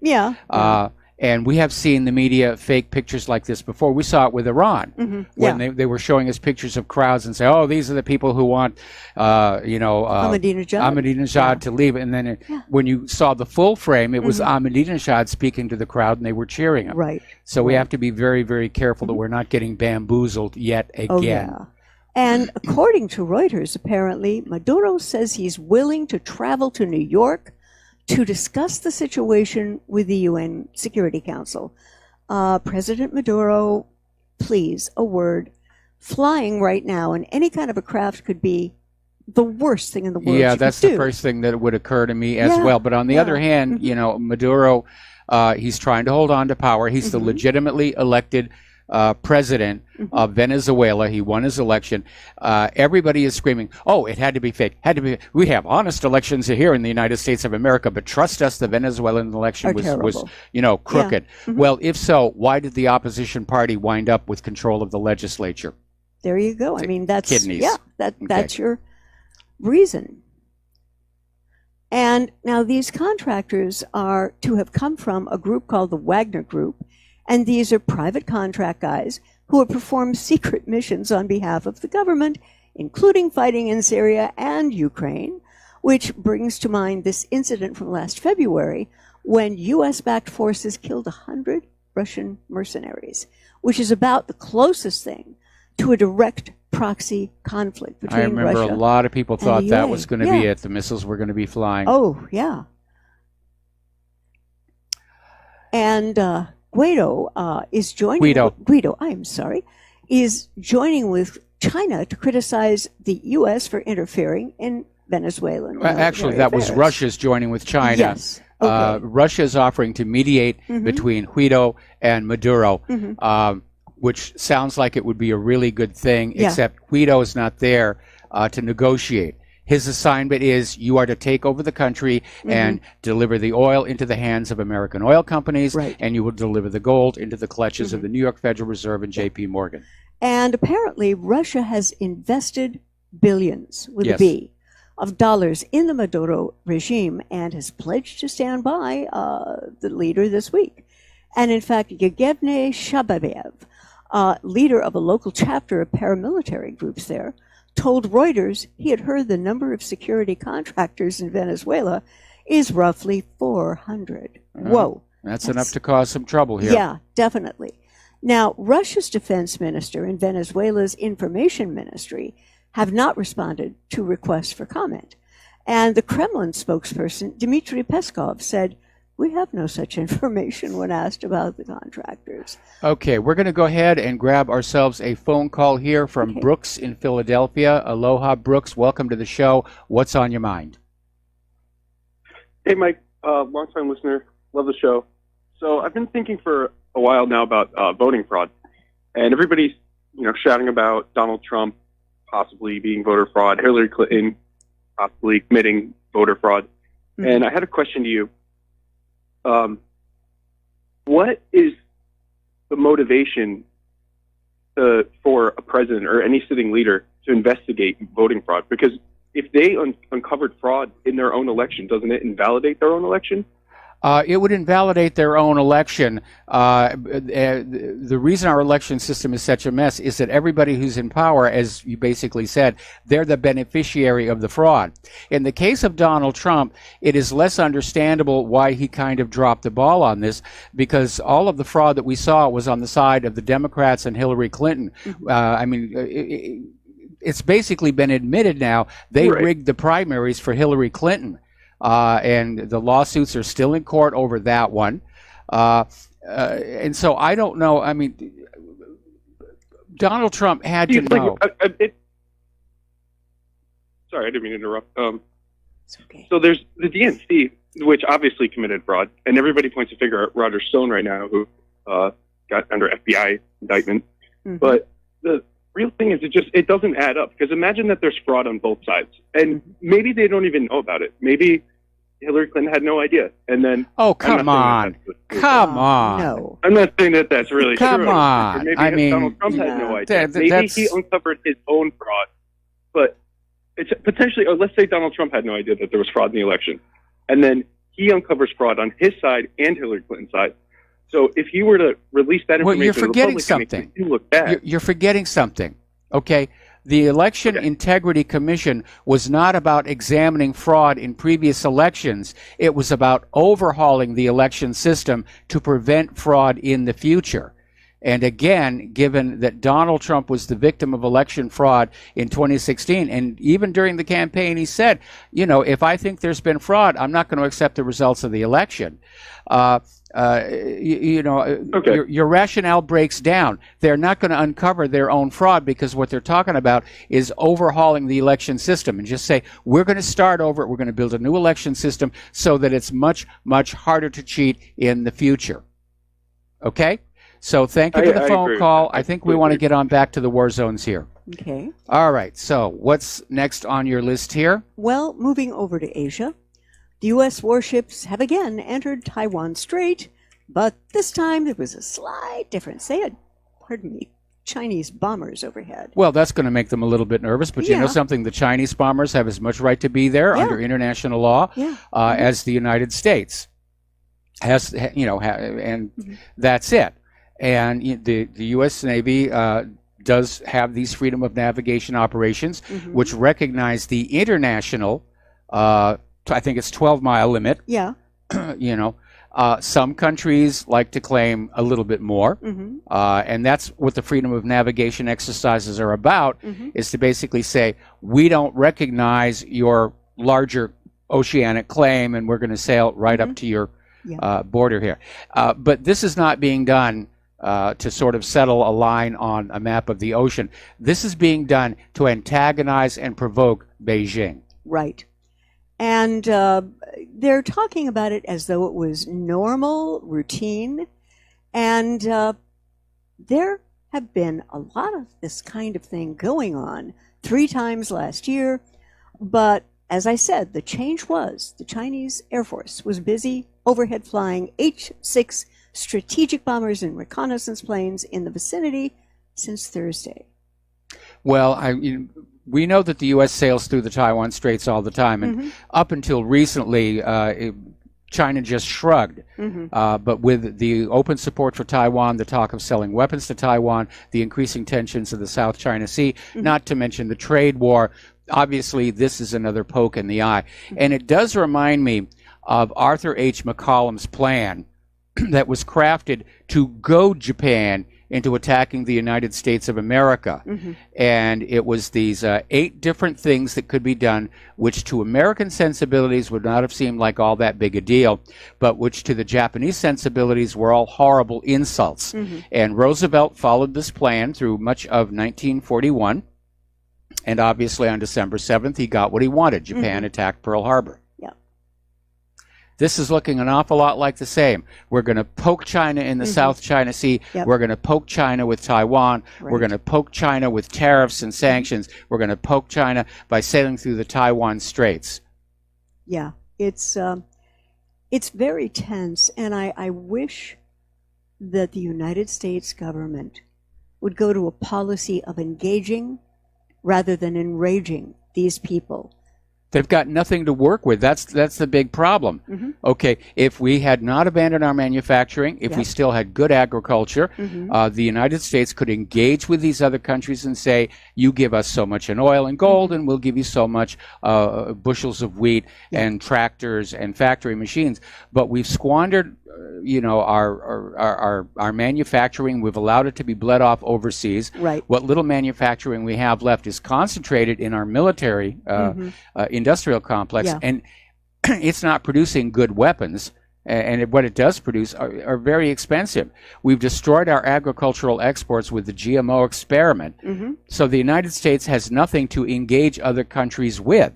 Yeah. So the only other option is we go and take what the nation needs, and that's what they're basically involved with. Sorry, I have to send a message to our control room. Okay. All right, here we go. So, what's next on your list? Well, I'd like to expand on this just a little bit. And apparently, in the span of one day, 24 hours, China has gone from threatening to crash U.S. markets if President Trump doesn't agree to a trade deal to helping the U.S. rebut reports that trade talks weren't going as smoothly as President Trump had wanted them to. And during a press conference yesterday, Chinese Ministry of Commerce, Gaofeng, denied reports that a meeting involving high-level trade officials in Washington had been canceled. Now, the FT, or Financial Times, had been cited. And apparently there's some frustration with China's reluctance to cave on demands relating to curbing IP theft and certain structural reforms. Now, backing up Larry Kudlow, who sparked a brief rally just before the close on Wednesday when he appeared on CNBC to deny these reports. Kudlow said yesterday that most important meeting between a Chinese delegation led by Vice Premier Liu He, the country's top economic official, it's still going to move forward next week. Mike, if you were a betting guy, would you bet on that? I'm not betting that it's actually going to accomplish much of anything, and the intellectual property issue is a major sticking point. And it's one in which, again, to American sensibilities, China is very much in the wrong. And, but, if you really think about it, it's our own fault. Yeah. American corporations said, we're going to let China manufacture all of our high-tech stuff. Here, China, here is how you make an iPhone or an iPad or whatever. And then, but we trust you won't use all this information that we've given you to make competing products, which is, of course, what China did. All right, we got to take a break for commercials. Okay. We'll be right back. Aloha, America. Welcome back to our show here. And Claire, pick up where you left off. Yeah, we're talking about the trade negotiations, if one can call them that, between China and the United States. And apparently this was something that sort of got out there, leaked. RT reported to Russia Today on Thursday that Beijing might cut off all Chinese funding to Silicon Valley after the U.S. slapped an export ban on Huawei, subsidiary. Huawei. It's pronounced Huawei. A subsidiary in Silicon Valley. It's very strange out there. It is very strange out there. And of course, what this is all about is market share. Right. I mean, the government is trying to say, well, we're concerned that, Huawei's cell phones may have Chinese spyware in there. And if you're going to have spyware in your cell phone, it should be American spyware. Right. Of course. Even George Soros is out there screaming about the danger and the threat from Chinese high-tech products, which tells us where a large part of his investment portfolio is invested in American high-tech. Yeah. And so this is really all about market share. Yeah. Apple can't move those $1,000 iPhone 10 handsets. Mike, who's got that in the middle class, the working class? No one. No, You know? they really don't. And we're already seeing steep discounts and offers and to try and move them. And then on the other hand, you've got Huawei that's making these very inexpensive phones. Yeah. They don't have all the bells and whistles of an iPhone. Yeah. That's true. But people are going into the cell phone stores to sign up for service, and they're being shown all the phones, and they'll say, I can't afford the iPhone. I'm going to go with this inexpensive little unit over here, which most of those are now made by Huawei. So that's it. It's market share. Yeah. And it's sort of an unofficial form of protectionism. But the reason all of this is falling apart, and despite the tariffs, Chinese imports into the United States are actually up. And I mentioned this when Trump first started talking about tariffs. And I said it was too soon. Yeah.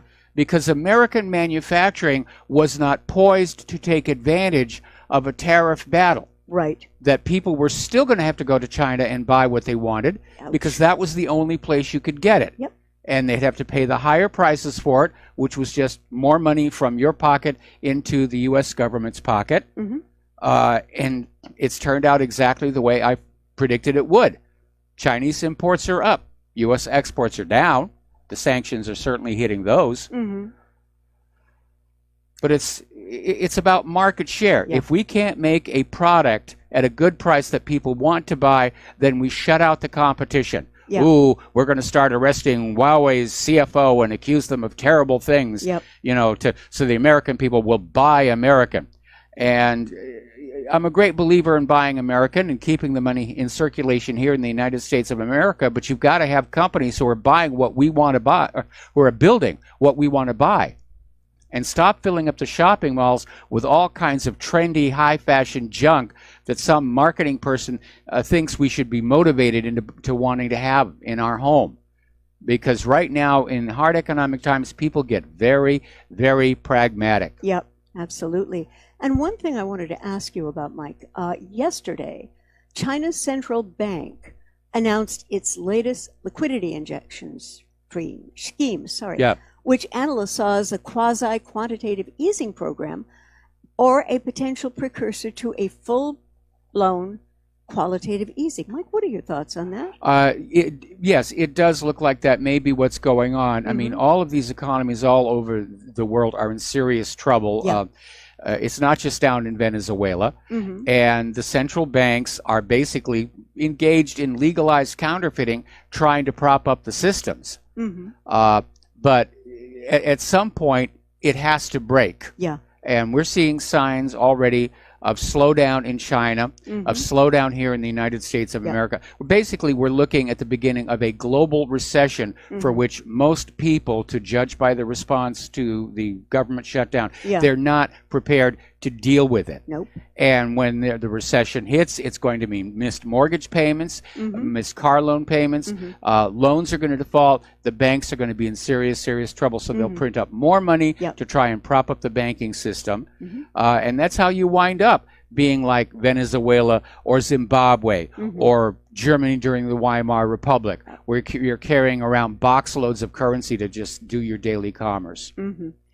And apparently what the Chinese banks are thinking is this liquidity will increase the appeal of perpetual bonds to be issued by banks, making them riskless for all intents and purposes, which can then be used to bolster capital cushions and thereby help relax a key current restraint on credit supply. Well, that does seem to be a good way, a good idea.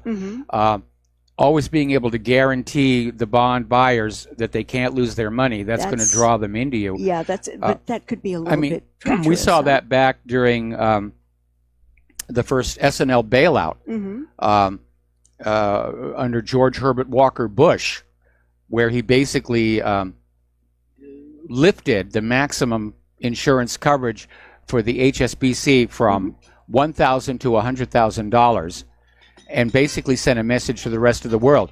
If you invest your money in the U.S., there's no way you can lose. If you make money, you keep it. If you lose money, we will stick the American people with the bill, and that's exactly what they did. We'll be right back after these commercials. And aloha, America. Welcome back to the show here. And we're talking about the economy in China, keeping an eye on that. Yeah. I know that their housing market is heading into a slump. Yeah, big one. Yeah, and so is ours, as a matter of fact. Mm-hmm. Yeah, the downside of globalism, when it hits, it's going to hit everybody. It becomes contagious, if you will. Yes, it does. Financial contagion. And there was a gentleman at Rabobank, Michael Every, and what he's saying about this is that the Chinese banks are desperate to keep their little Ponzi scheme afloat, and they can issue perpetuals that no one in their right mind would want to hold. And the PBOC will swap them for its bills. Well, ultimately, every private central bank, you know, it's a Ponzi scheme. Yeah. Because when you're creating money out of thin air and you're loaning it into circulation at interest, the interest builds up faster than the available money supply. There's never enough money out there to pay off the debt completely. Right. And it makes the bankers very, very rich, but it makes the economy naturally unstable. Yeah. Which is why every once in a while you get into these situations where they have to take these desperation measures of new instant money to try and fix it. But I think it's being unfair to single out China's banking system as a Ponzi scheme, because they all are. The only ones that are not are the Islamic bankings systems, which basically loans are all done with, you know, loan plus fee rather than compounded interest. Yeah. I consider that a very moral thing to do. Well, you know, it's kind of interesting. You know, Islam forbids usury of money. Christianity used to until the time of the Templars. Yes. And then everybody said, wow, look at how good those Templars are doing. Yeah, I think we ought to change the rules here. And so the church in general got into the business of banking. And just making lots of money. And the money junkies were born. Yes, definitely. Anyway, what's next on your... Okay, well, as we've been focusing on Venezuela, Reuters has just reported that a group of Russian mercenaries with ties to the Kremlin... Oh, this goes back to what you were Putin's- saying, the contractors that are in country right now. I wonder how many. Wasn't there that one article that said about 400? Yeah. And whatever else you may think about Russia's President Putin, he's generally 100 chess moves ahead of the U.S. government. Well, I think the fly in the ointment on that one is that the U.S. government is now acting reckless and chaotic. Chaotic. And so it's becoming harder and harder to figure out what the advance, you know, what the next move of the U.S. is going to be. And anybody who's ever played chess will tell you that, you know, playing against an experienced opponent, you think ahead and you play the game. But if you're playing against somebody just learning the game, where they're just putting things all over the board, and they can quite literally surprise you and win the game because you couldn't see what was coming. And I think that's becoming a problem here, where because Trump is not in control, and nobody's really sure who is.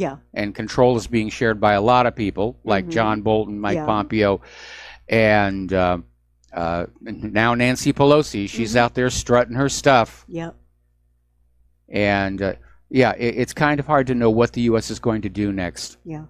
They have sort of entered their wounded political animal phase right now. In a lot of ways. And again, it speaks back to this issue of factionalization and infighting.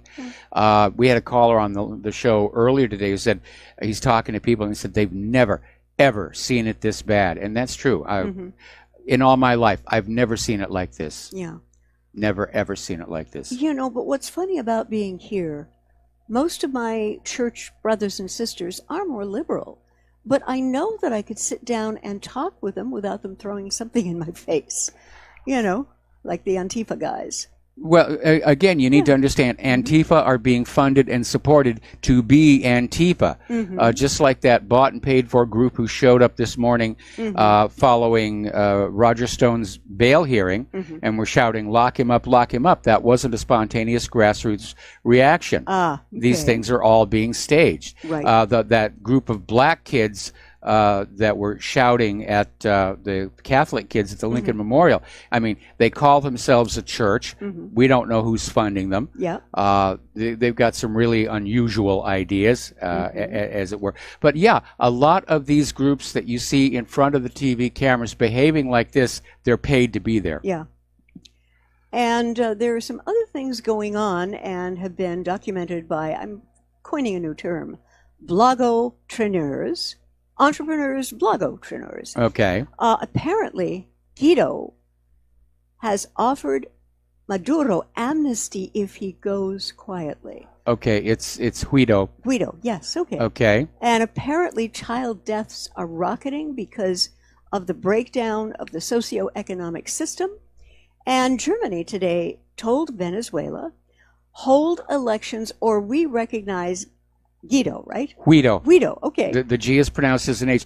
Here's the problem. Yeah. Venezuela just had elections. That's what I thought. Maduro won. Yeah.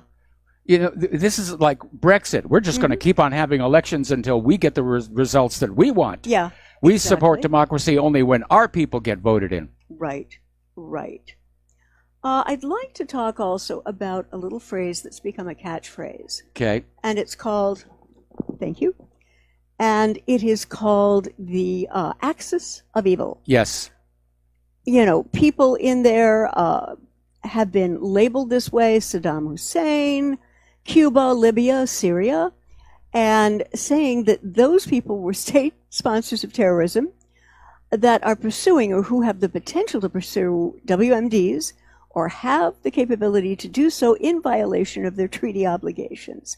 Now, the nice we're thing, back to this whole yeah, the nice thing is they got nuclear weapons. Yeah. They've got nuclear weapons. and you can be cobble afraid. Yes.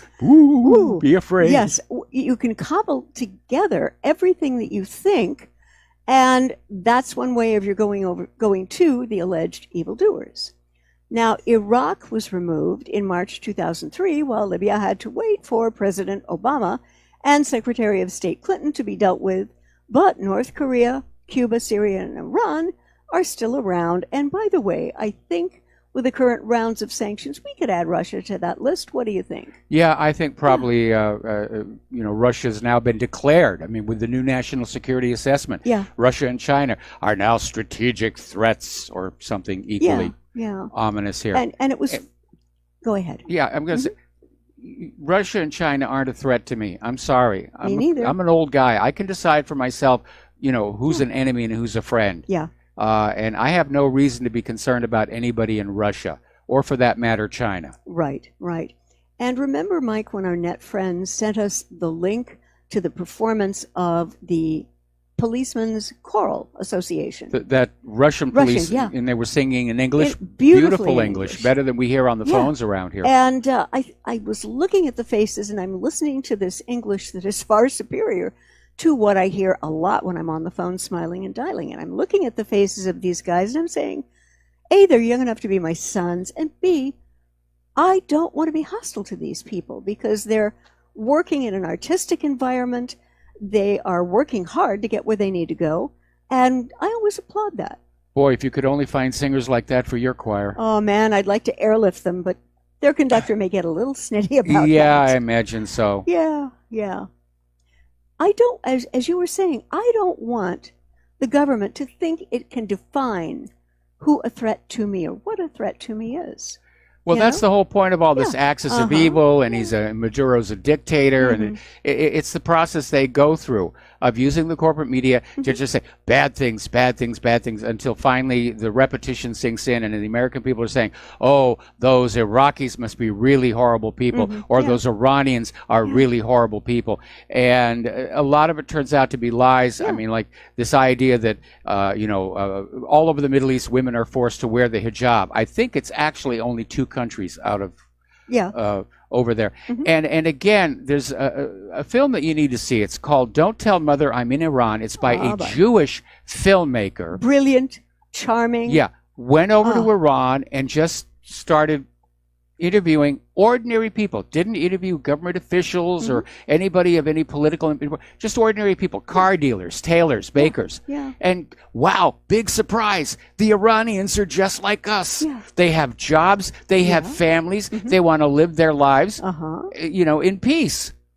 And, you know, throughout history, we've seen this need, this propaganda tool of convincing us that the other side aren't even human beings. You know, the Japs, the Krauts, the Slants, the Hajis, you know, the Gooks. And we're seeing it again already with Maduro. I mean, they were laying it on with a trowel the whole last week about what a horrible dictator he is. How can he be a dictator when he got elected? I mean, And one of the things that bothers me about this axis of evil category, I want to know from President Trump why Russia has been punished with sanctions for actions they did not do, like allegedly annexing Crimea. Yes. I mean, that's the way it works. You know, there's the real world, and then there's official policy. And I'll give you a good example, okay? Everybody knows Israel has nuclear weapons. That's not a, that's Israel's not a even effectively admitted it. Mordecai Vanunu sent us all pictures of the bomb factory. It's a reality. But the United States official position is still nuclear ambiguity. We're not sure, which they're following that policy because that justifies continuing to send U.S. money to Israel in defiance of the Symington Amendment to the Foreign Appropriations Act and the Glenn Act. And so we have a government that is crafting for itself and for you a fantasy world in which to operate, where maybe Israel doesn't have nuclear weapons, and Maduro's an evil dictator, and our soldiers are good, and their soldiers are bad. And I'm sorry, I'm not willing to live in a fantasy world. I mean, I love the movie The Matrix, but I don't feel like moving in. No, I wouldn't either, you know.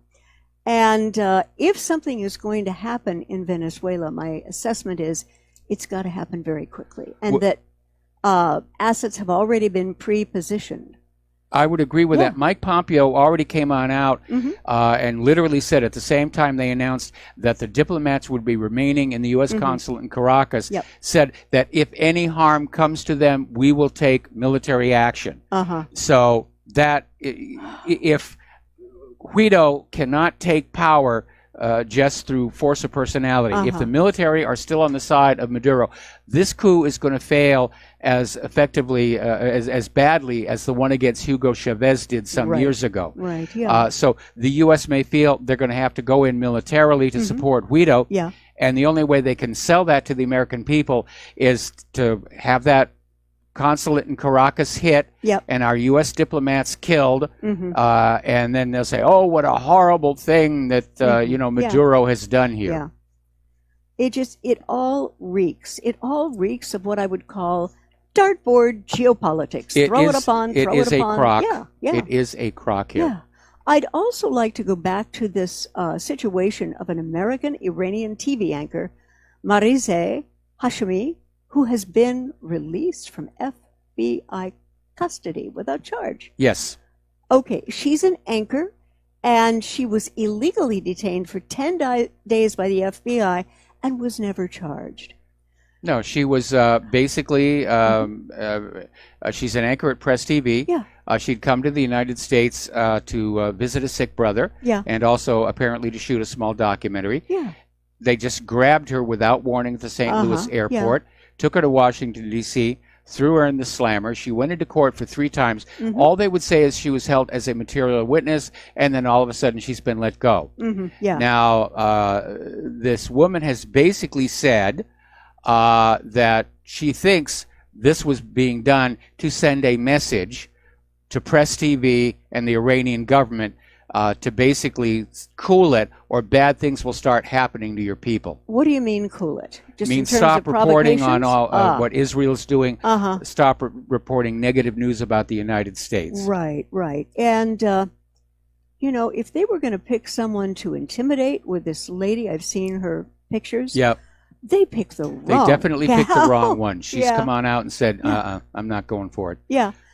And, if intimidation was the design intent of the U.S. government, epic fail. Yep. Yeah. Epic fail. I think I'd like to get her on the show if that might be possible. If it's entirely possible, I would love to. Of course, there's going to be a heck of a problem with the time zone issues. No. She's in New York. Oh, she's in New York. I think she's in New York, at least for a while. All right. But I think that the Americans need to hear her side of the story. All right. Well, let's try and get her. Yeah, I think it would be great. Okay. Oh, I didn't know whether to laugh or cry when I read this. Could we have a violin sound, dear? A violin? Not immediately to No, hand. That's okay. in your office. Is all the right. music stuff. Okay. Okay. The FBI is running out of money and they can't pay their informants. Oh, those poor Holy- informants, they're going to have to snitch for free.